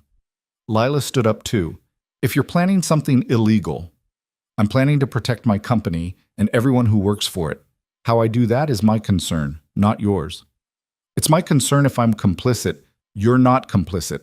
You found a problem and reported it to me. That's where your involvement ends. Dante walked to the door and opened it. Unless you're planning to report me to the authorities, in which case, do it now and save us both time. Lila stared at him, at the man she'd worked beside for 2 months, who tested her and challenged her and never once let her see past the careful control he maintained over everything around him, who was now telling her, not asking, telling, to walk away from something that could destroy them both. I'm not reporting you, she said. Then go home. She went. But she didn't go home. She went to her apartment, changed into clothes that wouldn't stand out in the Port District, and drove to the first address on her phone. The building was exactly what she'd expected. 4 stories of brick and peeling paint, windows covered with security bars, a front entrance that looked like it had been kicked in and repaired more than once. She parked down the block and watched. Nothing happened for an hour. Then a van pulled up. 2 men got out, opened the back, and started unloading boxes. Not large boxes, medium-sized, the kind that could hold anything. They carried them into the building through a side entrance, moving quickly and efficiently like they'd done this before. Lila took photos with her phone, trying to get clear shots of faces and license plates. The van left after 20 minutes. The building went quiet again. Lila sat in her car, debating. She could leave now, take the photos to Dante in the morning, prove she'd found something useful, and hope he didn't fire her for disobeying a direct order. Or she could go inside and see what was actually in those boxes. The smart choice was obvious. Lila got out of her car and walked to the building. The side entrance was locked, but the front door opened when she pulled on it. The lobby was narrow and dark, with mailboxes that looked like they'd been pried open repeatedly. Stairs led up to the right. An elevator that probably hadn't worked in years stood open and empty to the left. She took the stairs. On the second floor, she could hear voices, music playing somewhere, the normal sounds of people living their lives in a building that had seen better days. She kept climbing, third floor. The hallway was empty and smelled like mold and old cooking grease. She moved quietly, trying to look like she belonged there. Apartment 3F had a new lock on the door, shinier than the others, more secure. Lila pressed her ear to the door and listened. Silence. She tried the handle. Locked, obviously. She was turning to leave when the door opened. A man stood there, tall, broad-shouldered, with a face that suggested he'd been in more fights than he'd lost. He looked at Lila like she was an unwelcome surprise. "Wrong apartment," Lila said quickly. "Who are you looking for?" "My friend Sarah. She said third floor, but I must have the wrong—" "No Sarah here." The man stepped into the hallway, and Lila's instinct to run finally kicked in. She turned toward the stairs. Another man was standing there, younger, smaller, but holding a knife in a way that suggested he knew how to use it. "Lost?" the younger man asked. "Just leaving," Lila said, trying to keep her voice steady. "Can't do that." The first man grabbed her arm, not gently. "Inside. Now." Lila tried to pull away. His grip tightened until her arm went numb. The younger man moved behind her, blocking the stairs, and she was being pushed through the door into apartment 3F before she could scream. The apartment was mostly empty. Bare walls, no furniture except for a table and some folding chairs. And boxes. Lots of boxes. The same medium-sized ones she'd seen being unloaded from the van. "Who sent you?" the first man asked. "Nobody. I told you I was looking for—" He hit her. Not hard enough to knock her out, but hard enough that she tasted blood and the room tilted sideways. Her phone fell from her pocket, clattering across the floor. The younger man picked it up. "She's got photos. The van. The building." "Who are you working for, Dick?" the first man asked again. Lila's mind was racing, trying to find an answer that wouldn't get her killed. If she said she was working alone, they wouldn't believe her. If she said she was police, they'd probably kill her immediately. If she said, "Dante Morelli," she said, because the truth was all she had left. Both men went very still. "Morelli sent you?" the first man asked. "I work for him. He knows I'm here." A lie, but one that might keep her alive. "If I don't report back in the next hour, he'll come looking." The first man looked at the younger one. Some silent communication passed between them. Then the first man pulled out his phone and made a call. "We have a problem," he said into the phone. "Someone from Morelli's office just showed up." "Yeah, taking photos?" "I don't know. She says he knows she's here." "All right." He hung up, looked at Lila. "You're going to wait here while we figure out what to do with you. I can just leave. You can sit down and shut up." He pushed her toward one of the folding chairs. "And hope your boss actually gives a damn about you." Lila sat. The younger man kept her phone. The first man stood by the door, arms crossed, watching her like she was a problem he was trying to solve. 20 minutes passed. Then the door opened and a man walked in who made the other two look like amateurs. He was older, 50s maybe, with silver hair and a face that suggested he smiled about as often as other people experienced miracles. He wore a suit that probably cost more than Lila made in a month. "Victor Raines," Lila said, because who else could it be? "Miss Bennett." Victor's voice was smooth, cultured, nothing like what she'd expected from someone running drugs or weapons through residential buildings. "You've caused me some inconvenience. I'll apologize if you let me leave." "I'm afraid it's not that simple." Victor pulled up a chair and sat across from her. You see, you've stumbled into something that Dante and I have been carefully not discussing. And now that you're here, I need to decide whether you're a problem or an opportunity. I'm just an assistant. You're Dante Morelli's assistant, which means you're considerably more than just anything. Dante doesn't hire people unless they're useful to him. So what are you useful for, Miss Bennett? Lila's mouth was dry. Analysis, financial patterns, data processing. And you found the payments to Apex Advisory. Yes? Which means Dante knows I've been using his infrastructure. Victor leaned back in his chair. Tell me, what did he say when you told him? He was angry. I'm sure he was. Dante's very particular about his reputation. Likes to pretend he's legitimate now, as if changing the business model changes what we built together. Victor smiled, and it was worse than his neutral expression. Did he tell you how we met? No. We were young, ambitious. His father had just died and left him an empire that was bleeding money and enemies. I helped him consolidate it, eliminate the competition, build something that actually worked, and in return he promised me a partnership. But you're not partners anymore.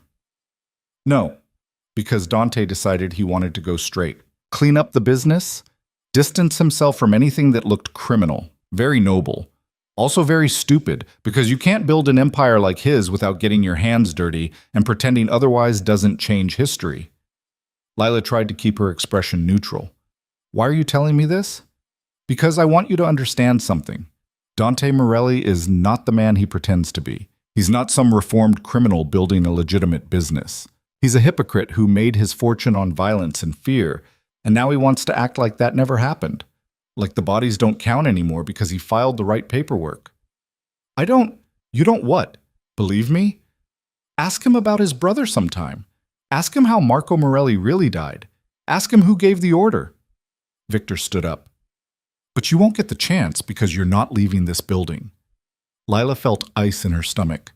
If you kill me, Dante will know it was you. Dante will suspect, he won't know. And by the time he pieces it together, I'll be done with what I need to do here.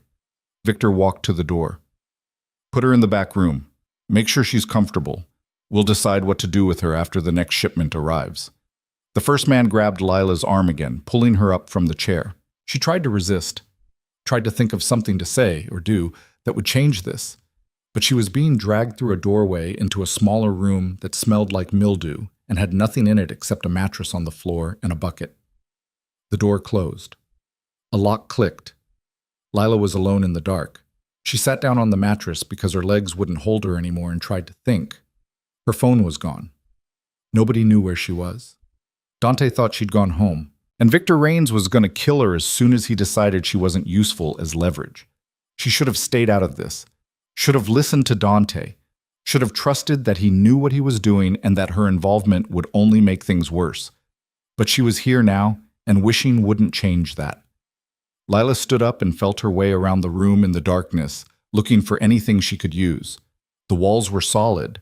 The door was metal and locked from the outside. The window, if there was one, was boarded up. She found the bucket, which was empty and not helpful, found the mattress again, and nothing else. She sat back down and forced herself to breathe slowly, to think instead of panic. Victor had said something about a shipment arriving, which meant people would be coming here, which meant the door would open, which meant she'd have maybe one chance to do something other than wait to die. Hours passed, or maybe minutes. Time felt broken in the dark. Then she heard voices outside, movement, the sound of boxes being moved.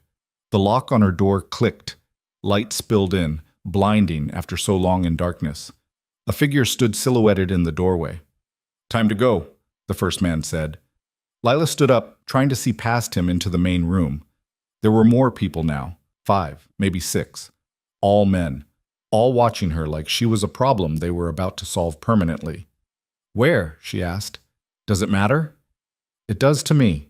The man almost smiled. "Docs. Victor wants this cleaned up properly." He grabbed her arm, his favorite move, apparently, and pulled her out of the small room into the main apartment. The boxes were gone. The table and chairs were gone. The space looked exactly like what it was, an empty apartment that had been used for something temporary and was now being erased. They walked her toward the door, down the stairs. into the cold night air that smelled like salt and garbage, and the river. A car was waiting. Black sedan, tinted windows. The back door opened and someone got out. Dante. He looked at Lila, then at the man holding her arm, then at Victor Raines, who was standing near the building entrance with an expression that might have been amusement. "Let her go," Dante said quietly. "I don't think so." Victor walked closer. "See? She's valuable now. Proof that you've been investigating me. Proof that you broke our agreement not to interfere with each other's operations. We don't have an agreement. We haven't for 3 years.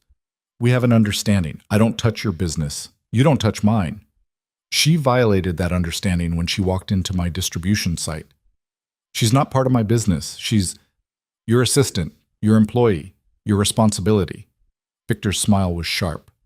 "So here's what's going to happen. You're going to walk away. Stop investigating Meridian. Stop looking into my operations. And maybe I'll let her live." Dante's expression didn't change, but something in his stance shifted. "If you hurt her, there's no place you'll be able to hide." Big talk from someone who's outnumbered 6-1.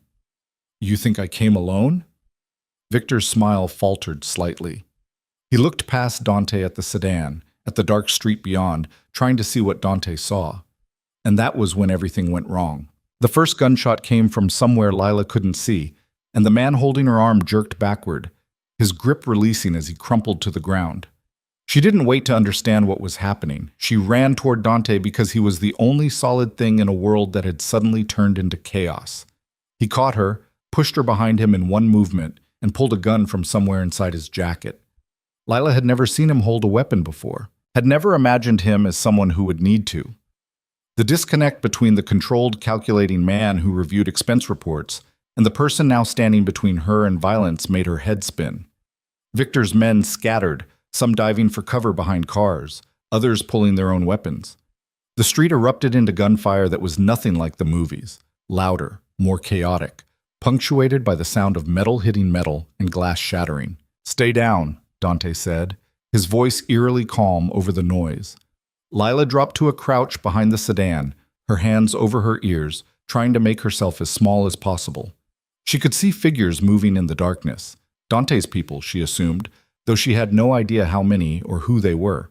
Men emerged from doorways and parked cars, surrounding Victor's group with the kind of precision that suggested this wasn't their first ambush. Victor himself had disappeared behind one of the building's concrete pillars, shouting orders that were half drowned by gunfire. One of his men tried to run and was tackled by someone Lila didn't recognize. Another went down hard, clutching his leg. Dante fired twice, controlled shots, nothing wild, and someone screamed. Then everything stopped. The silence after gunfire was somehow worse than the noise. Lila's ears were ringing. She could smell gunpowder and something else, something metallic and wrong. She looked up from behind the sedan to see Dante still standing, his gun lowered but not put away, surveying the scene with the same expression he used when reviewing quarterly reports. 4 of Victor's men were on the ground. 2 weren't moving.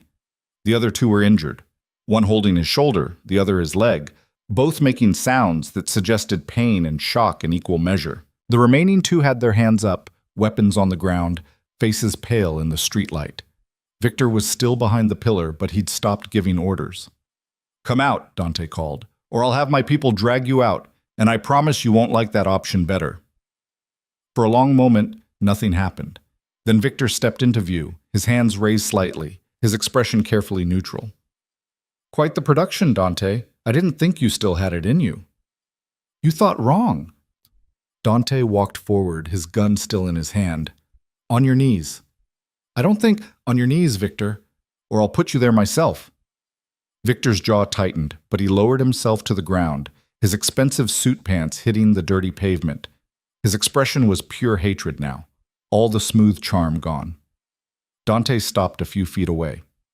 "You made 3 mistakes tonight. First, you thought I wouldn't notice you using my infrastructure. Second, you thought I wouldn't care. And third, you thought you could threaten someone under my protection, and I'd let it slide. She walked into my operation because I sent her." A lie, delivered so smoothly that even Lila almost believed it. "To see what you were stupid enough to be running through my warehouses, to give me justification for what comes next. Victor's eyes narrowed. Which is what? That depends on you. Dante gestured to one of his men, who stepped forward with zip ties and secured Victor's wrists behind his back. You're going to tell me everything. Every location you're using, every shipment you've run, every person on your payroll, and then you're going to shut down this entire operation and leave this city. You're insane if you think... Dante crouched down, bringing himself to Victor's eye level. Do you remember Marco? Victor went very still. My brother, Dante continued, his voice soft and deadly. Dead for 5 years now. Car accident, the police said. Brake failure. Tragic. Except it wasn't an accident, was it, Victor? I don't know what you're... Don't. The word came out sharp enough to cut. I've spent 5 years proving what I already knew, that you had Marco killed because he found out what you were really doing with the money we were moving, that you couldn't risk him telling me, that you thought if you took him out, I'd be too grief-stricken to figure it out. Victor's face had gone pale. Dante, you have to understand. I understand perfectly. You killed my brother. You've been using my company to run your criminal operations. And tonight, you tried to kill someone I actually care about. Dante stood up. So here's what's going to happen. You're going to cooperate completely. You're going to give me everything I need to dismantle what you've built. And in exchange, I'll let you live long enough to run. And if I refuse? Dante pulled back the slide on his gun, chambering around. Then I'll save myself the trouble and end this now. Lila watched from behind the sedan, her heart still racing, trying to process what she was hearing. Marco, Dante's brother, dead because he discovered something Victor wanted hidden, and Dante had known, or suspected, for 5 years. Everything she'd thought she understood about Dante Morelli shifted slightly, like a picture coming into focus after being blurry for too long. Victor stared up at Dante for a long moment. Then something in him seemed to break. Fine. You want information? I'll give you information, but not here. You'll give it to me wherever I tell you to give it. Dante nodded to his men. Take him to the facility. Miss Bennett and I will follow. 2 men hauled Victor to his feet and walked him toward a van that had appeared from somewhere. The injured men from Victor's crew were being loaded into another vehicle. The 2 who'd surrendered were being searched and zip-tied. Dante turned to Lila. Are you hurt? She shook her head, not trusting her voice yet. Can you walk? Yes. Good. Get in the car. Lila climbed into the sedan on shaking legs. Dante got in beside her, and someone else, a man she didn't recognize, got into the driver's seat and pulled away from the building like they were leaving a business meeting, not a crime scene. The facility, Lila managed after a few blocks. What is that? Somewhere we can have a conversation without interruptions. You're going to interrogate him. Yes. Dante, if you hurt him, that's necessary. Dante looked at her, and his eyes were hard. Victor killed Marco. He's been stealing from me for months, and tonight he was planning to kill you. So yes, I'm going to hurt him. And you can either accept that or spend the rest of the drive trying to convince me there's a better option. Lila's throat was tight. There has to be another way. Police, FBI, someone who will investigate me as thoroughly as they investigate him. Someone who will find every connection between my current business and what it used to be. Someone who will use this as an excuse to tear apart everything I've built. Dante's voice was controlled, but there was an edge to it now. I told you before, Lila. The law doesn't protect people like me. It targets us. And Victor knows that, which is why he's been operating through my infrastructure. Because if he gets caught, I go down with him. But if you kill him, I didn't say I was going to kill him.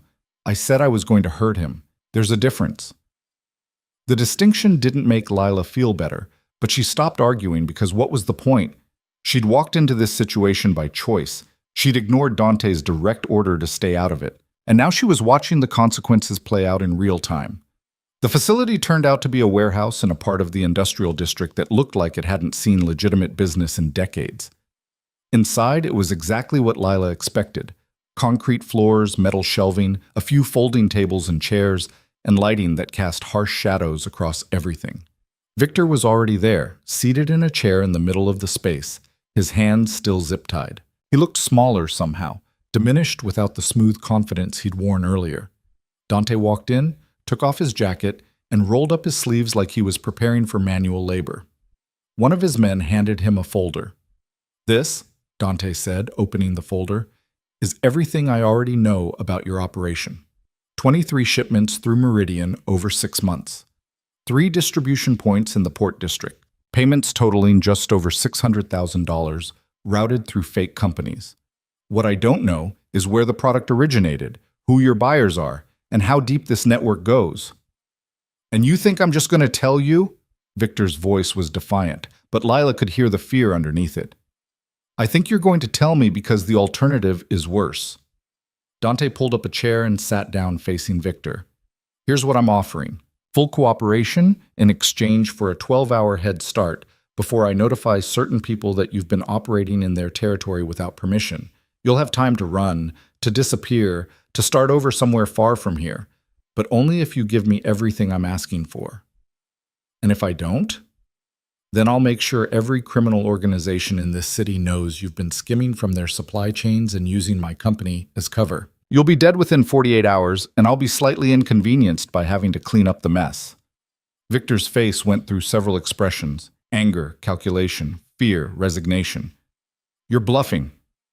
"Am I?" Dante leaned back in his chair. "You know me, Victor. You know I don't make threats I won't follow through on, so make your choice. Help me shut this down cleanly, or die knowing you accomplished nothing except making my life harder for a few months." The silence stretched.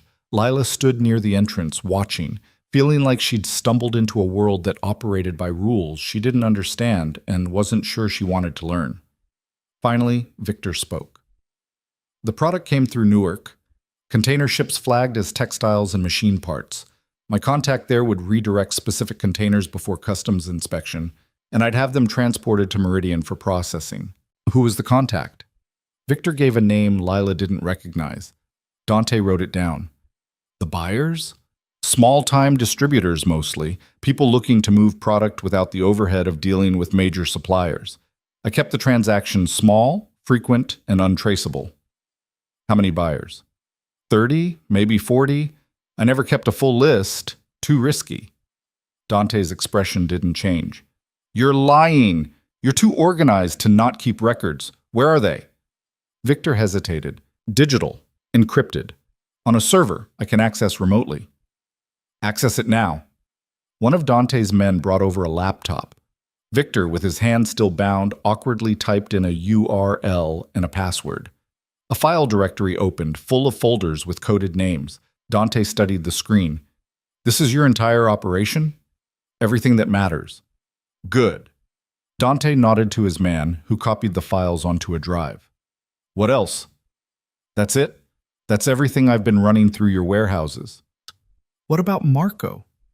Victor's face went pale again. "What about him?" "Who actually did it? Who tampered with his car?" "Dante, that was 5 years ago." "Answer the question." Victor closed his eyes. "A mechanic named Torres. He owed me money. I offered to clear his debt in exchange for one job. He didn't even know whose car it was, just followed instructions." "Where is he now?" "Dead. Overdosed 2 years ago. I had nothing to do with that." Dante was quiet for a long moment. "Did Marco suffer?" "What?" "When the brakes failed. When he realized he was going to crash. Did he suffer, or was it quick?" Victor's voice was barely a whisper. "I don't know." Dante stood up, walked away from the chair, turned back, and punched Victor hard enough that the chair tipped backward, and Victor hit the concrete floor with a crack. Lila flinched. Dante stood over Victor, breathing hard, his hand probably broken from the force of the hit. "That's for Marco. For making me spend 5 years wondering if I could have prevented it. For taking away the one person in my family who wasn't trying to destroy me." Victor was bleeding from his mouth, his eyes unfocused. "I'm sorry," he slurred. "No, you're not. You're sorry you got caught." Dante straightened up, flexing his hand and wincing. "Get him out of here. Drive him to the state line and drop him off. If I ever see him in this city again, he's dead." 2 men hauled Victor up and dragged him toward a vehicle. He didn't resist, didn't speak, just let himself be moved like cargo. When they were gone, Dante sat down heavily in the chair Victor had vacated and put his head in his hands. Lila approached carefully. Is your hand broken? Probably. You should get it looked at. Later. He looked up at her, and for the first time since she'd met him, he looked tired. Actually, genuinely tired. You shouldn't have come to that building. I know. You could have been killed. I know. And yet you did it anyway. Why? Lila sat down in the chair across from him. Because you were planning to handle this alone, and I thought, I don't know what I thought, that maybe you needed backup, that maybe I could help. You did help. You found the discrepancies, traced the payments, gave me enough evidence to confront Victor directly. But then you kept pushing, and you almost got yourself killed for it. I'm sorry. Don't apologize. Just... He stopped, seemed to recalibrate. Just don't do it again. I won't. They sat in silence for a moment. Then Lila asked the question that had been building since the confrontation on the street. Your brother, Marco, what was he like? Dante's expression shifted into something that might have been grief if he'd allowed it to be. Smart. Too smart for the family business, but loyal enough to stay anyway. He kept trying to convince me to go legitimate, to use what our father built, and turn it into something that wouldn't get us all killed or arrested. I told him he was being naive. But you did it anyway. After he died. After Victor had him killed, yes. Because Marco was right. The empire our father built was destroying everyone who touched it. Enemies, partners, family. It was only a matter of time before it destroyed me, too. Dante stood up, cradling his injured hand. So I started transitioning, slowly, carefully. Getting out of the operations that were too dirty to defend, building legitimate businesses. It took 3 years to get clean enough that people stopped assuming every deal I made was criminal. And now Victor's tried to drag you back in. Victor never wanted me to get out. He liked the old way of doing business, the violence, the fear, the power. When I cut ties with him, he took it personally. Dante walked toward the exit. Come on, we need to get ahead of this before someone finds those distribution sites and starts asking questions. They drove back to the city in silence. Dawn was starting to break, painting the sky in shades of gray and pink that felt wrong given what had happened overnight. Lila's body ached from tension and adrenaline crash. Her mind kept replaying the gunfight, the interrogation, the look on Dante's face when he'd hit Victor. At the office, Dante went straight to his computer and started making calls. Lila sat at her desk and listened to him systematically dismantle Victor's operation, contacting the Port Authority about suspicious shipments, alerting building management about unauthorized use of the residential properties, coordinating with lawyers to ensure Morelli Enterprises was positioned as a victim of fraud rather than a participant. By noon, the story was set. Meridian's manager had been running an illegal operation without company knowledge. The perpetrators had been identified and dealt with internally before authorities became involved. Morelli Enterprises was cooperating fully with any investigations and had implemented new security measures to prevent future incidents. It was smooth, professional, and completely false. But it would hold up under scrutiny because Dante had spent 3 years building a reputation clean enough to be believed. You're good at this, Lila said when he finally hung up the phone. At what? Rewriting history, making it look like you were never involved. I wasn't involved. Victor used my company without my knowledge. That's not a lie. But you knew about it for 2 months. I suspected. I didn't have proof until you found it. Dante leaned back in his chair. That's the difference between being involved and being a victim. Victims get sympathy. Perpetrators get investigated. Is that what you are? A victim? Dante looked at her for a long moment. I'm someone trying to build something legitimate from pieces of something that wasn't. That requires being very careful about which truths get told and which ones get managed. You don't have to like it, but you do have to understand it if you're going to keep working here. And if I can't? Then you leave, and we both move on with our lives. Lila thought about that, about everything she'd seen in the past 12 hours. The violence, the manipulation, the calculated way Dante had orchestrated Victor's downfall while positioning himself as blameless. It should have horrified her, should have sent her running to the nearest FBI office with everything she knew. But it didn't, because underneath the violence and manipulation, she'd also seen something else. A man who'd avenged his brother's death, who'd risked exposure to protect his company and everyone who worked for it, who'd come for her when she'd been stupid enough to get herself captured, even though leaving her would have been safer. "I'm staying," she said. Dante nodded, like he'd expected that answer. "Good, because we have a lot of work to do." Over the next 2 weeks, they systematically cleaned up the aftermath of Victor's operation. The distribution sites were cleared and returned to their landlords. The containers in Newark were intercepted and their contents documented for authorities. The buyers on Victor's list were quietly notified that their supply chain had been compromised and they should find new sources. Dante moved through it all with the same controlled precision he applied to everything else, delegating tasks, managing information, ensuring that every loose end was tied off neatly before it could become a problem. Leela watched him work and started to understand how he'd built an empire, not through fear alone, though that was part of it, but through ruthless efficiency, through understanding that every problem had a solution if you were willing to pay the right price, through knowing when to be brutal and when to be smart. She also started to understand herself better. The part of her that had reported fraud at Morrison and Hecht wasn't gone. It was just being applied differently now. Instead of exposing problems to external authorities, she was helping solve them internally. Instead of trusting the system to deliver justice, she was watching justice be delivered through channels the system would never acknowledge. It should have bothered her more than it did. One evening, 3 weeks after the confrontation with Victor, Dante called her into his office. It was late, past 9, and the building was mostly empty. He had a bottle of whiskey on his desk and 2 glasses. "Drink?" he offered. "I told you, I don't. Consider it a celebration. We're officially clear. The authorities have closed their investigation into Meridian. Victor hasn't been seen in the city since we released him. And our quarterly numbers are actually up because we're not bleeding money through fake consulting fees." Lila sat down and accepted the glass. "Where do you think he went?" "Victor? South America, probably. Somewhere with loose extradition laws and cheaper real estate. He'll rebuild eventually, but it won't be here." "And if he comes back?" "He won't." Dante took a sip of his whiskey. "Because he knows if he does, I'll finish what I started, and this time there won't be any warnings." They drank in silence for a moment. Then Dante said something that surprised her. "Thank you."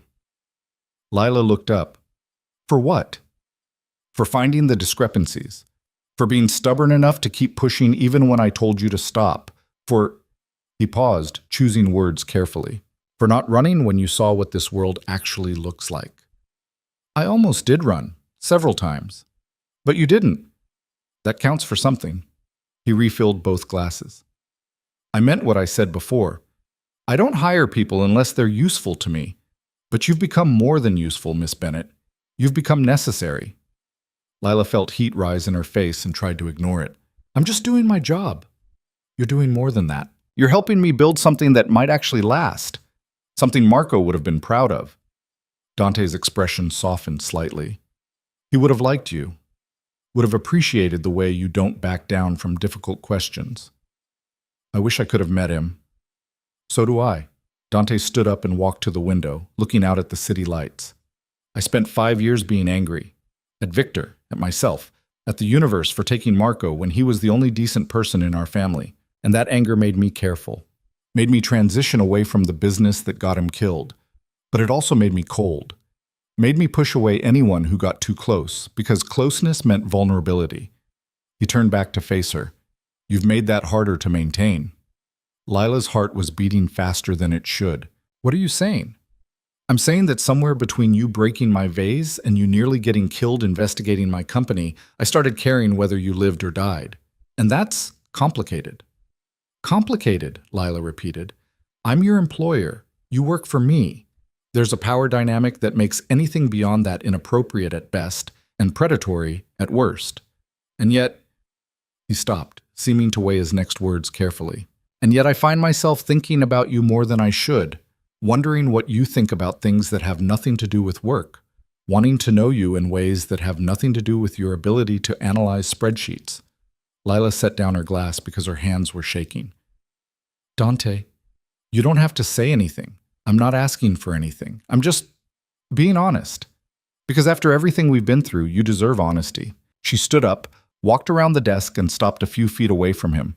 Close enough to see the scar near his eyebrow in detail, close enough to smell the whiskey on his breath and the expensive cologne he always wore. "I've been thinking about you too," she said quietly, "in ways that definitely don't have anything to do with work. And it's terrifying because you're you, and I'm me, and this is probably the worst idea either of us has ever had." "Probably," Dante agreed, "but I don't want to stop thinking about it." "Neither do I." They stood there for a moment, the tension between them thick enough to cut. Then Dante reached out slowly, giving her every opportunity to step back, and touched her face with his uninjured hand. His thumb traced her cheekbone, gentle in a way that contradicted everything she knew about him. "Tell me to stop," he said. "No." He kissed her, carefully at first, like he was testing whether this was real or if she'd disappear if he pushed too hard. But when she kissed him back, something in him shifted, and the kiss deepened into something that felt inevitable. When they finally pulled apart, both breathing hard, Dante rested his forehead against hers. "This changes everything," he said. "I know. People will talk. They'll say you slept your way into this position, that I'm taking advantage of you." "Let them talk." "Oh, Lila, I don't care what people say." She pulled back enough to look him in the eyes. "I care about this. About you. About whatever this is becoming. Everything else is just noise." Dante smiled, and it was real this time, reaching his eyes in a way she'd never seen before. "You're going to be the death of me."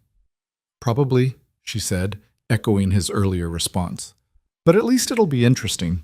They kept it quiet for 3 months, which in retrospect was impressive given how thoroughly the office seemed designed to expose secrets. Claire knew within 2 weeks. Lila could tell from the way the receptionist's expression shifted from professional indifference to something that might have been approval, though with Claire it was hard to say. The other employees took longer, but eventually the whispers started. The knowing looks when Dante called Lila into his office. The speculation about why her responsibilities kept expanding beyond what an administrative assistant normally handled. Lila tried not to care, but caring about things had never been her strong suit in the ignoring department. "They're saying I promoted you because we're sleeping together," Dante said one evening in his apartment, which had become their default meeting place since the office felt too exposed and Lila's studio felt too small. "Are they wrong?" Lila was curled up on his couch with a financial report she was reviewing, wearing one of his shirts because her work clothes were in a heap somewhere near the door. "Technically, no. Chronologically, yes. You earned the promotion before we started this." "This," Lila repeated. "That's what we're calling it?" Dante looked up from his own work. "What would you prefer?" "I don't know. Something more definitive than this. Something that doesn't sound like we're still figuring out if it's real." He set down his laptop and moved to sit beside her. "It's real. I'm just not sure what to call it that doesn't sound either too casual or too presumptuous." "Relationship?" "That works." "Good." Lila went back to her report, but Dante took it from her hands and set it aside. "We should talk about something," he said. "That opening never leads anywhere good." "It's not bad. It's just complicated." He seemed to be choosing his words carefully, which meant whatever came next mattered. "There's still a piece of the Victor situation I haven't dealt with. A loose end that's going to come back eventually if I don't address it now." Lila felt something cold settle in her stomach. "What piece?" "The people he was supplying. The buyers on that list we copied from his server. Most of them were small operations, but a few were connected to larger organizations. Organizations that are going to want to know why their supply chain dried up. Can't you just, I don't know, tell them Victor's gone and they need to find new sources?" "I did tell them that 3 weeks ago. Most of them moved on, but there are 2 who've been asking questions, digging into why Victor disappeared so suddenly. And one of them has connections to people I used to do business with when my father was alive." Lila sat up straighter. "Meaning what?" "Meaning they know enough about my history to be suspicious. They know the kind of man I used to be, and they're wondering if I'm that man again." Dante stood up and walked to the window. "There's a meeting scheduled for tomorrow night. Neutral location. Just conversation, they say. But conversation in this world usually comes with expectations attached." "What kind of expectations?" "That I'll either replace Victor's supply chain or explain in very convincing terms why I won't. And if you don't convince them? Then they'll assume I was involved in shutting Victor down to take over his operation myself, which means they'll either try to partner with me or eliminate me as competition. Lila felt her chest tighten. You can't go alone. I won't. I'm bringing Marcus and Leo. He turned back to face her. But I'm telling you this because it might get complicated. And if it does, if something happens, you need to know what to do with the company. Nothing's going to happen. Probably not, but I've learned not to assume anything is safe. He came back to the couch and sat down beside her. The company is structured so that if something happens to me, control transfers to a board of directors I've appointed. You're on that board as of last week. Claire has the documentation. Dante, I'm not being dramatic. I'm being prepared. There's a difference. He took her hand. You've built this company as much as I have over the past few months. You deserve to have a voice in what happens to it if I'm not here to run it. You're going to be here. I plan to be. But plans don't always work out the way we want them to. She wanted to argue, to tell him he was being paranoid, but she'd seen enough of his world to know that paranoia was just realism with better risk assessment. Fine, she said. But when you come back tomorrow night, we're having a different conversation, one about something normal, like where we're going for dinner, or what color to paint your depressing gray walls. Dante almost smiled. Deal. The next night, Lila sat in Dante's apartment and tried to work but couldn't focus. The meeting was supposed to start at 9. It was now 10:30 and her phone hadn't rung. She'd texted him twice. No response. At 11, she called Marcus, the head of Dante's security team. He's fine, Marcus said before she could ask. Meeting's running long. He'll call you when it's done. Define fine. Alive, uninjured, and currently negotiating terms that are taking longer than expected because the other party is being difficult. How difficult? The kind of difficult that requires patience, not intervention. Trust me, Miss Bennett, if there was a problem, you'd know. Lila hung up and tried to trust that Marcus knew what he was talking about. She lasted another 40 minutes before her phone finally rang. I'm on my way back, Dante said without preamble. Everything's handled. What does handled mean? It means I convinced them I'm not in the supply business and never will be. They were disappointed, but ultimately accepted it. That's it? They just accepted it? I may have offered them some compensation for the inconvenience of Victor's disappearance, and made it clear that continuing to ask questions would be bad for everyone's health. Jesus, Dante. It's done, Lila. That's what matters. She could hear car sounds in the background. I'll be there in 20 minutes. And then we're having that normal conversation you wanted. He arrived in 18 minutes, looking tired but intact. Lila met him at the door and hugged him harder than was probably necessary. I'm fine, he said into her hair. I know. Marcus told me. I still hated every second of waiting. Get used to it. This is what being with me looks like sometimes. Lila pulled back to look at him. Being with you? Is that what we're calling it now? Unless you have a better term. No, that one works. She kissed him, tasting whiskey and something else she couldn't identify. But I'm serious about the normal conversation. No more business talk tonight. No more discussions about people who might want to kill you. Just us, whatever that means. They ordered food that arrived cold because they forgot about it. They watched a movie neither of them paid attention to. They fell asleep on the couch, tangled together in a way that would definitely hurt in the morning, but felt right in the moment. And for one night, Dante Morelli wasn't a former crime lord trying to build something legitimate. He was just someone who laughed at the wrong parts of the movie and complained about Lila's cold feet and fell asleep holding her like she was something worth protecting. It was the most normal night Lila had experienced in months, and it gave her hope that maybe they could actually make this work. The real test came 6 weeks later when the FBI showed up at Morelli Enterprises asking questions about Meridian Holdings. Lila was at her desk when 2 agents in suits that screamed federal employment walked past Claire and headed straight for Dante's office. She stood up, intending to intercept them, but Dante's door was already opening.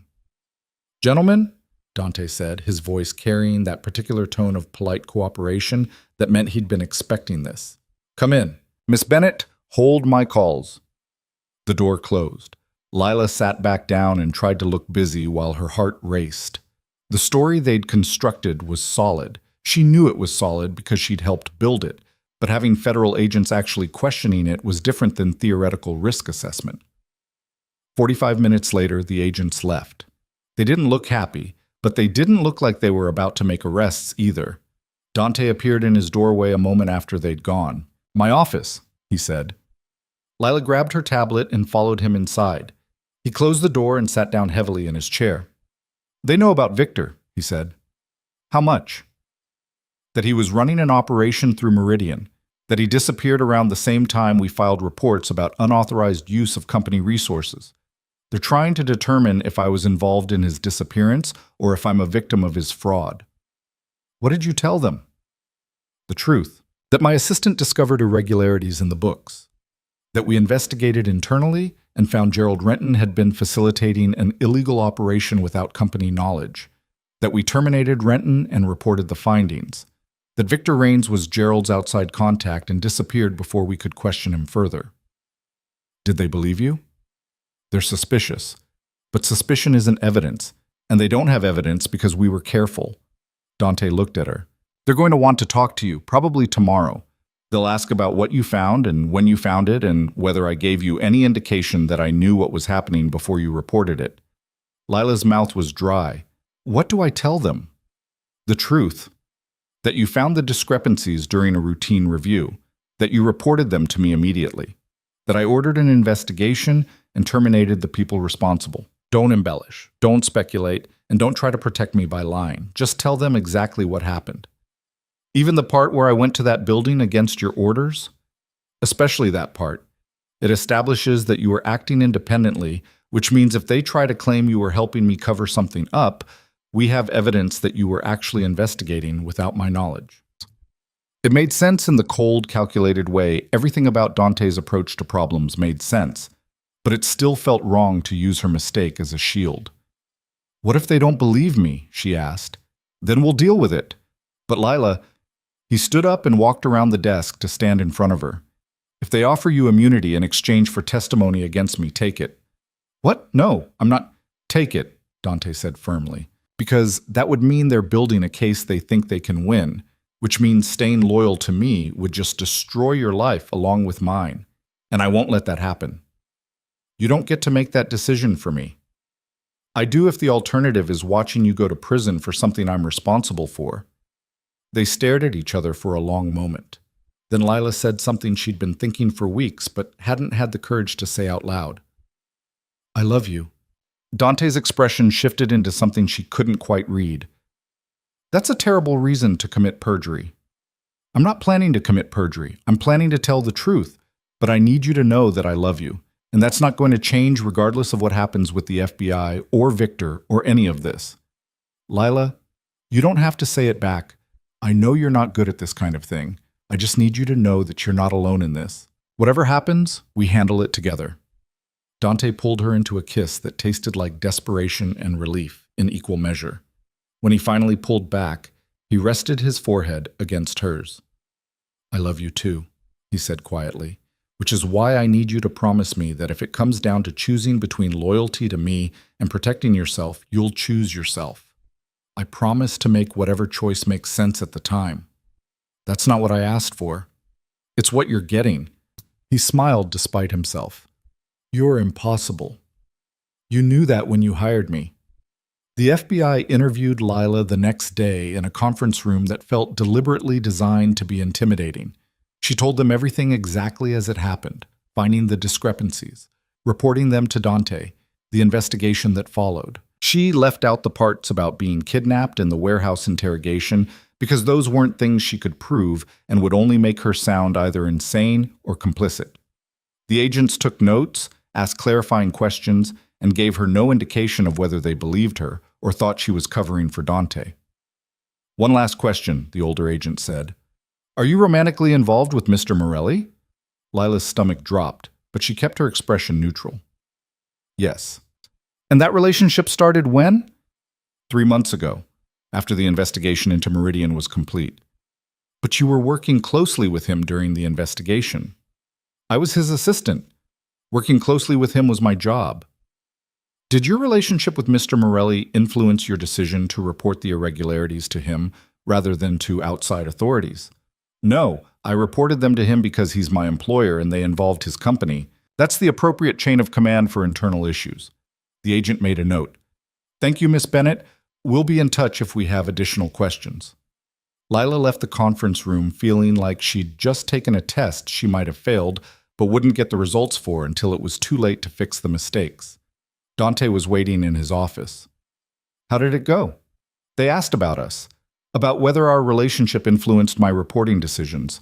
What did you tell them? The truth. That we weren't involved during the investigation, that I reported to you because you're my employer. She sat down. Do you think they believed me?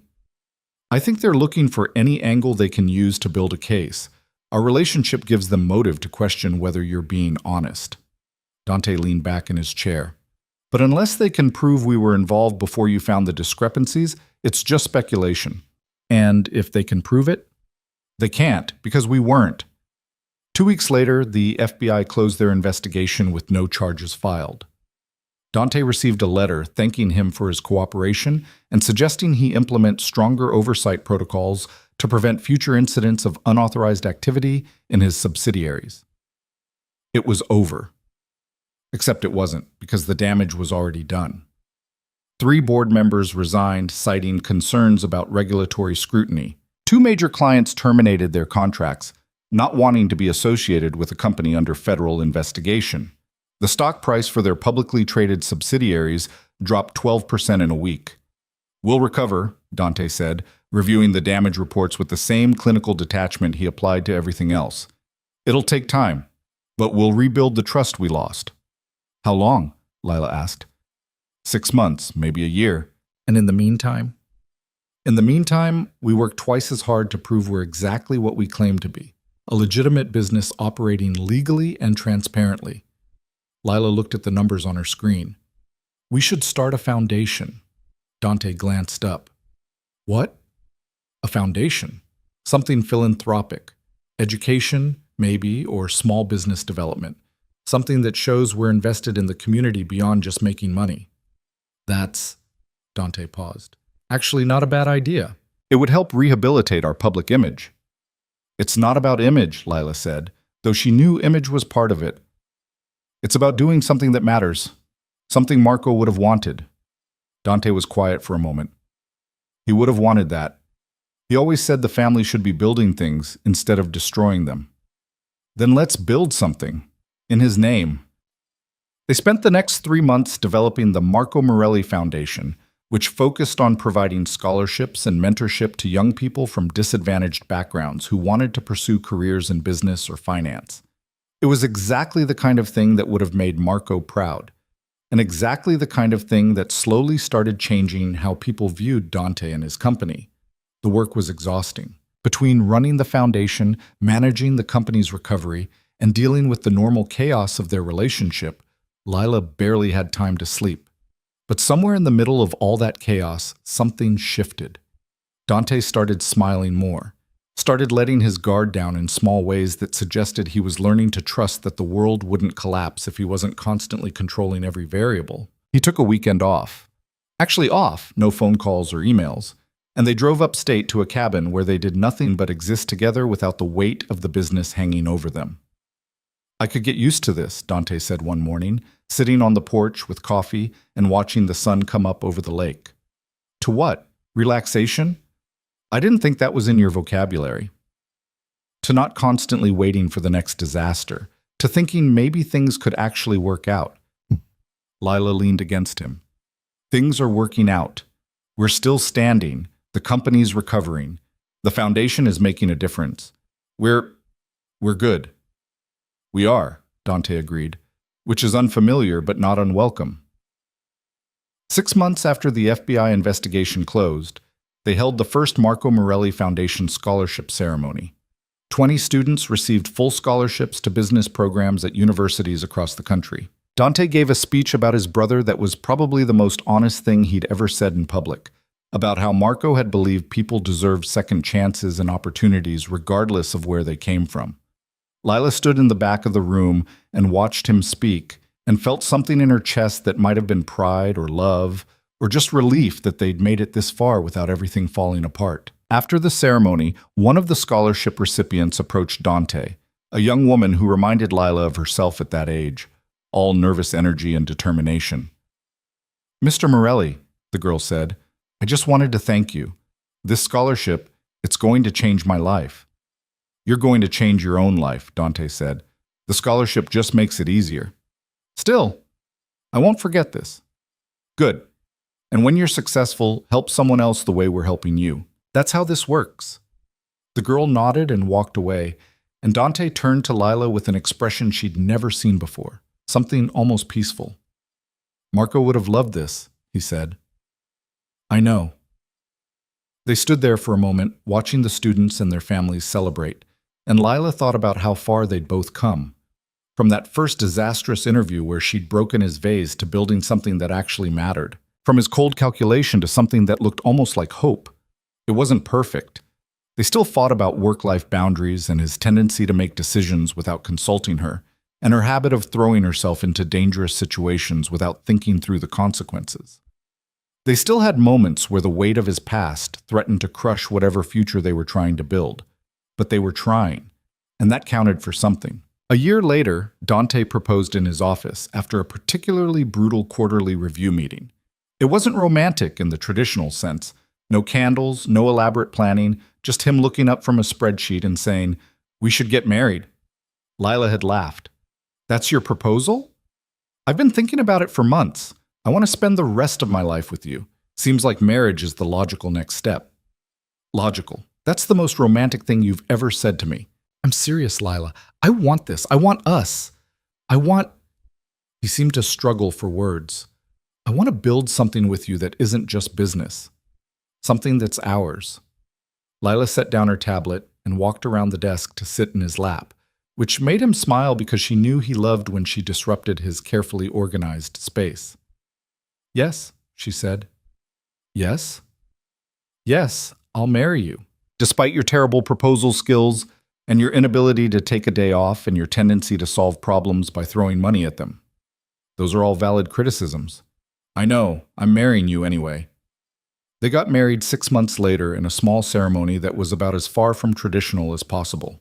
No church, no elaborate reception, just close friends and family in the Foundation's community center. Claire was there, looking almost approving. Marcus gave a speech about how Dante had changed over the years from someone who solved problems with violence to someone who occasionally tried talking first. Lila's parents flew in from Seattle and spent the entire weekend trying to understand how their daughter had ended up married to someone who'd once been on the FBI's watch list. It was imperfect and chaotic and exactly right. The years that followed weren't easy. Building a legitimate empire from the ruins of a criminal one took constant work. There were setbacks, clients who couldn't get past Dante's history, regulators who watched them more closely than other companies, competitors who tried to use his past against him. But there were victories too. The foundation grew, helping hundreds of students. The company expanded into new markets, building partnerships based on actual trust rather than fear. Dante slowly became known not as a former crime lord, but as a businessman who'd turned his life around and was using his second chance to help others do the same. Lila became COO after 2 years, which some people still attributed to her relationship with Dante, but most people recognized as earned through sheer competence. She transformed the company's operations, implementing systems that made them more efficient and transparent. She became the public face of the foundation, speaking at events and conferences about second chances and the power of education to break cycles of poverty and crime. They bought a house, a real house, not an apartment, with enough space that they could both have offices and not drive each other crazy working from home. They adopted a dog that Dante pretended to find annoying, but who slept in their bed every night. They fought and made up and learned how to be partners in every sense of the word. 5 years after that first disastrous interview, Lila stood in the Foundation's new headquarters, a building they'd renovated in a neighborhood that had needed investment, and looked at the photo wall they'd created. Pictures of scholarship recipients, stories of students who'd gone on to build their own businesses, or pursue advanced degrees, or come back to help the next generation. "We did this," Dante said, coming to stand beside her. "We did. It's not what I thought my life would look like. Better or worse? Better. Definitely better." He put his arm around her waist. "I spent so many years thinking redemption wasn't possible, that once you'd done certain things, there was no coming back from them. But you proved me wrong. We proved you wrong, Lila corrected. I couldn't have done this without you. And you couldn't have done it without deciding you wanted something different. I wanted something different because of you, because you looked at me and saw someone worth believing in, even when I didn't believe in myself. Lila turned to face him. You know what the best part is? What? We're still figuring it out, still building, still making mistakes and learning from them. It's not perfect, but it's real. And I'll take real over perfect any day. Dante kissed her, soft and slow, in the middle of the Foundation headquarters, surrounded by evidence that people could change, that second chances could work, that love could exist even in the spaces where fear used to live. When they finally pulled apart, Lila noticed a young man standing near the entrance, looking nervous and out of place in a way that reminded her of herself years ago. "Excuse me," the young man said. "I'm here for the mentorship program interview?" Lila smiled. "You're in the right place. Come on in." She walked him toward the conference room where the interviews were being held, and Dante watched her go with an expression that suggested he was still sometimes amazed that this was his life now. Later that night, in their house with their annoying dog sleeping between them and the city lights visible through the window, Dante said something he'd never said before. "I'm happy." Lila looked at him in the darkness. "Yeah?" "Yeah. For the first time in longer than I can remember, I'm not waiting for something to go wrong. I'm just happy." "Good. You deserve to be." "So do you." "I am. Happy, I mean. Even when you leave your coffee cups everywhere and forget we have plans and work too late." "I'm working on that." "I know.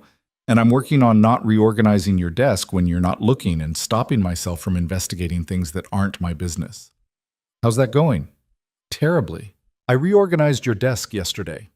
Dante laughed, and the sound filled the room with warmth. They fell asleep like that, tangled together in a bed that was theirs, in a house that was theirs, in a life they'd built from broken pieces and second chances. It wasn't a fairy tale ending. There was no happily ever after promise that nothing would ever go wrong again. They would still have hard days and difficult decisions and moments where the past tried to drag them backward, but they had each other. They had a foundation that was changing lives. They had a company built on something more solid than fear. They had proof that people could change, that love could survive in the darkest places, that chaos and control could somehow find balance. And in the end, that was enough. More than enough. It was everything.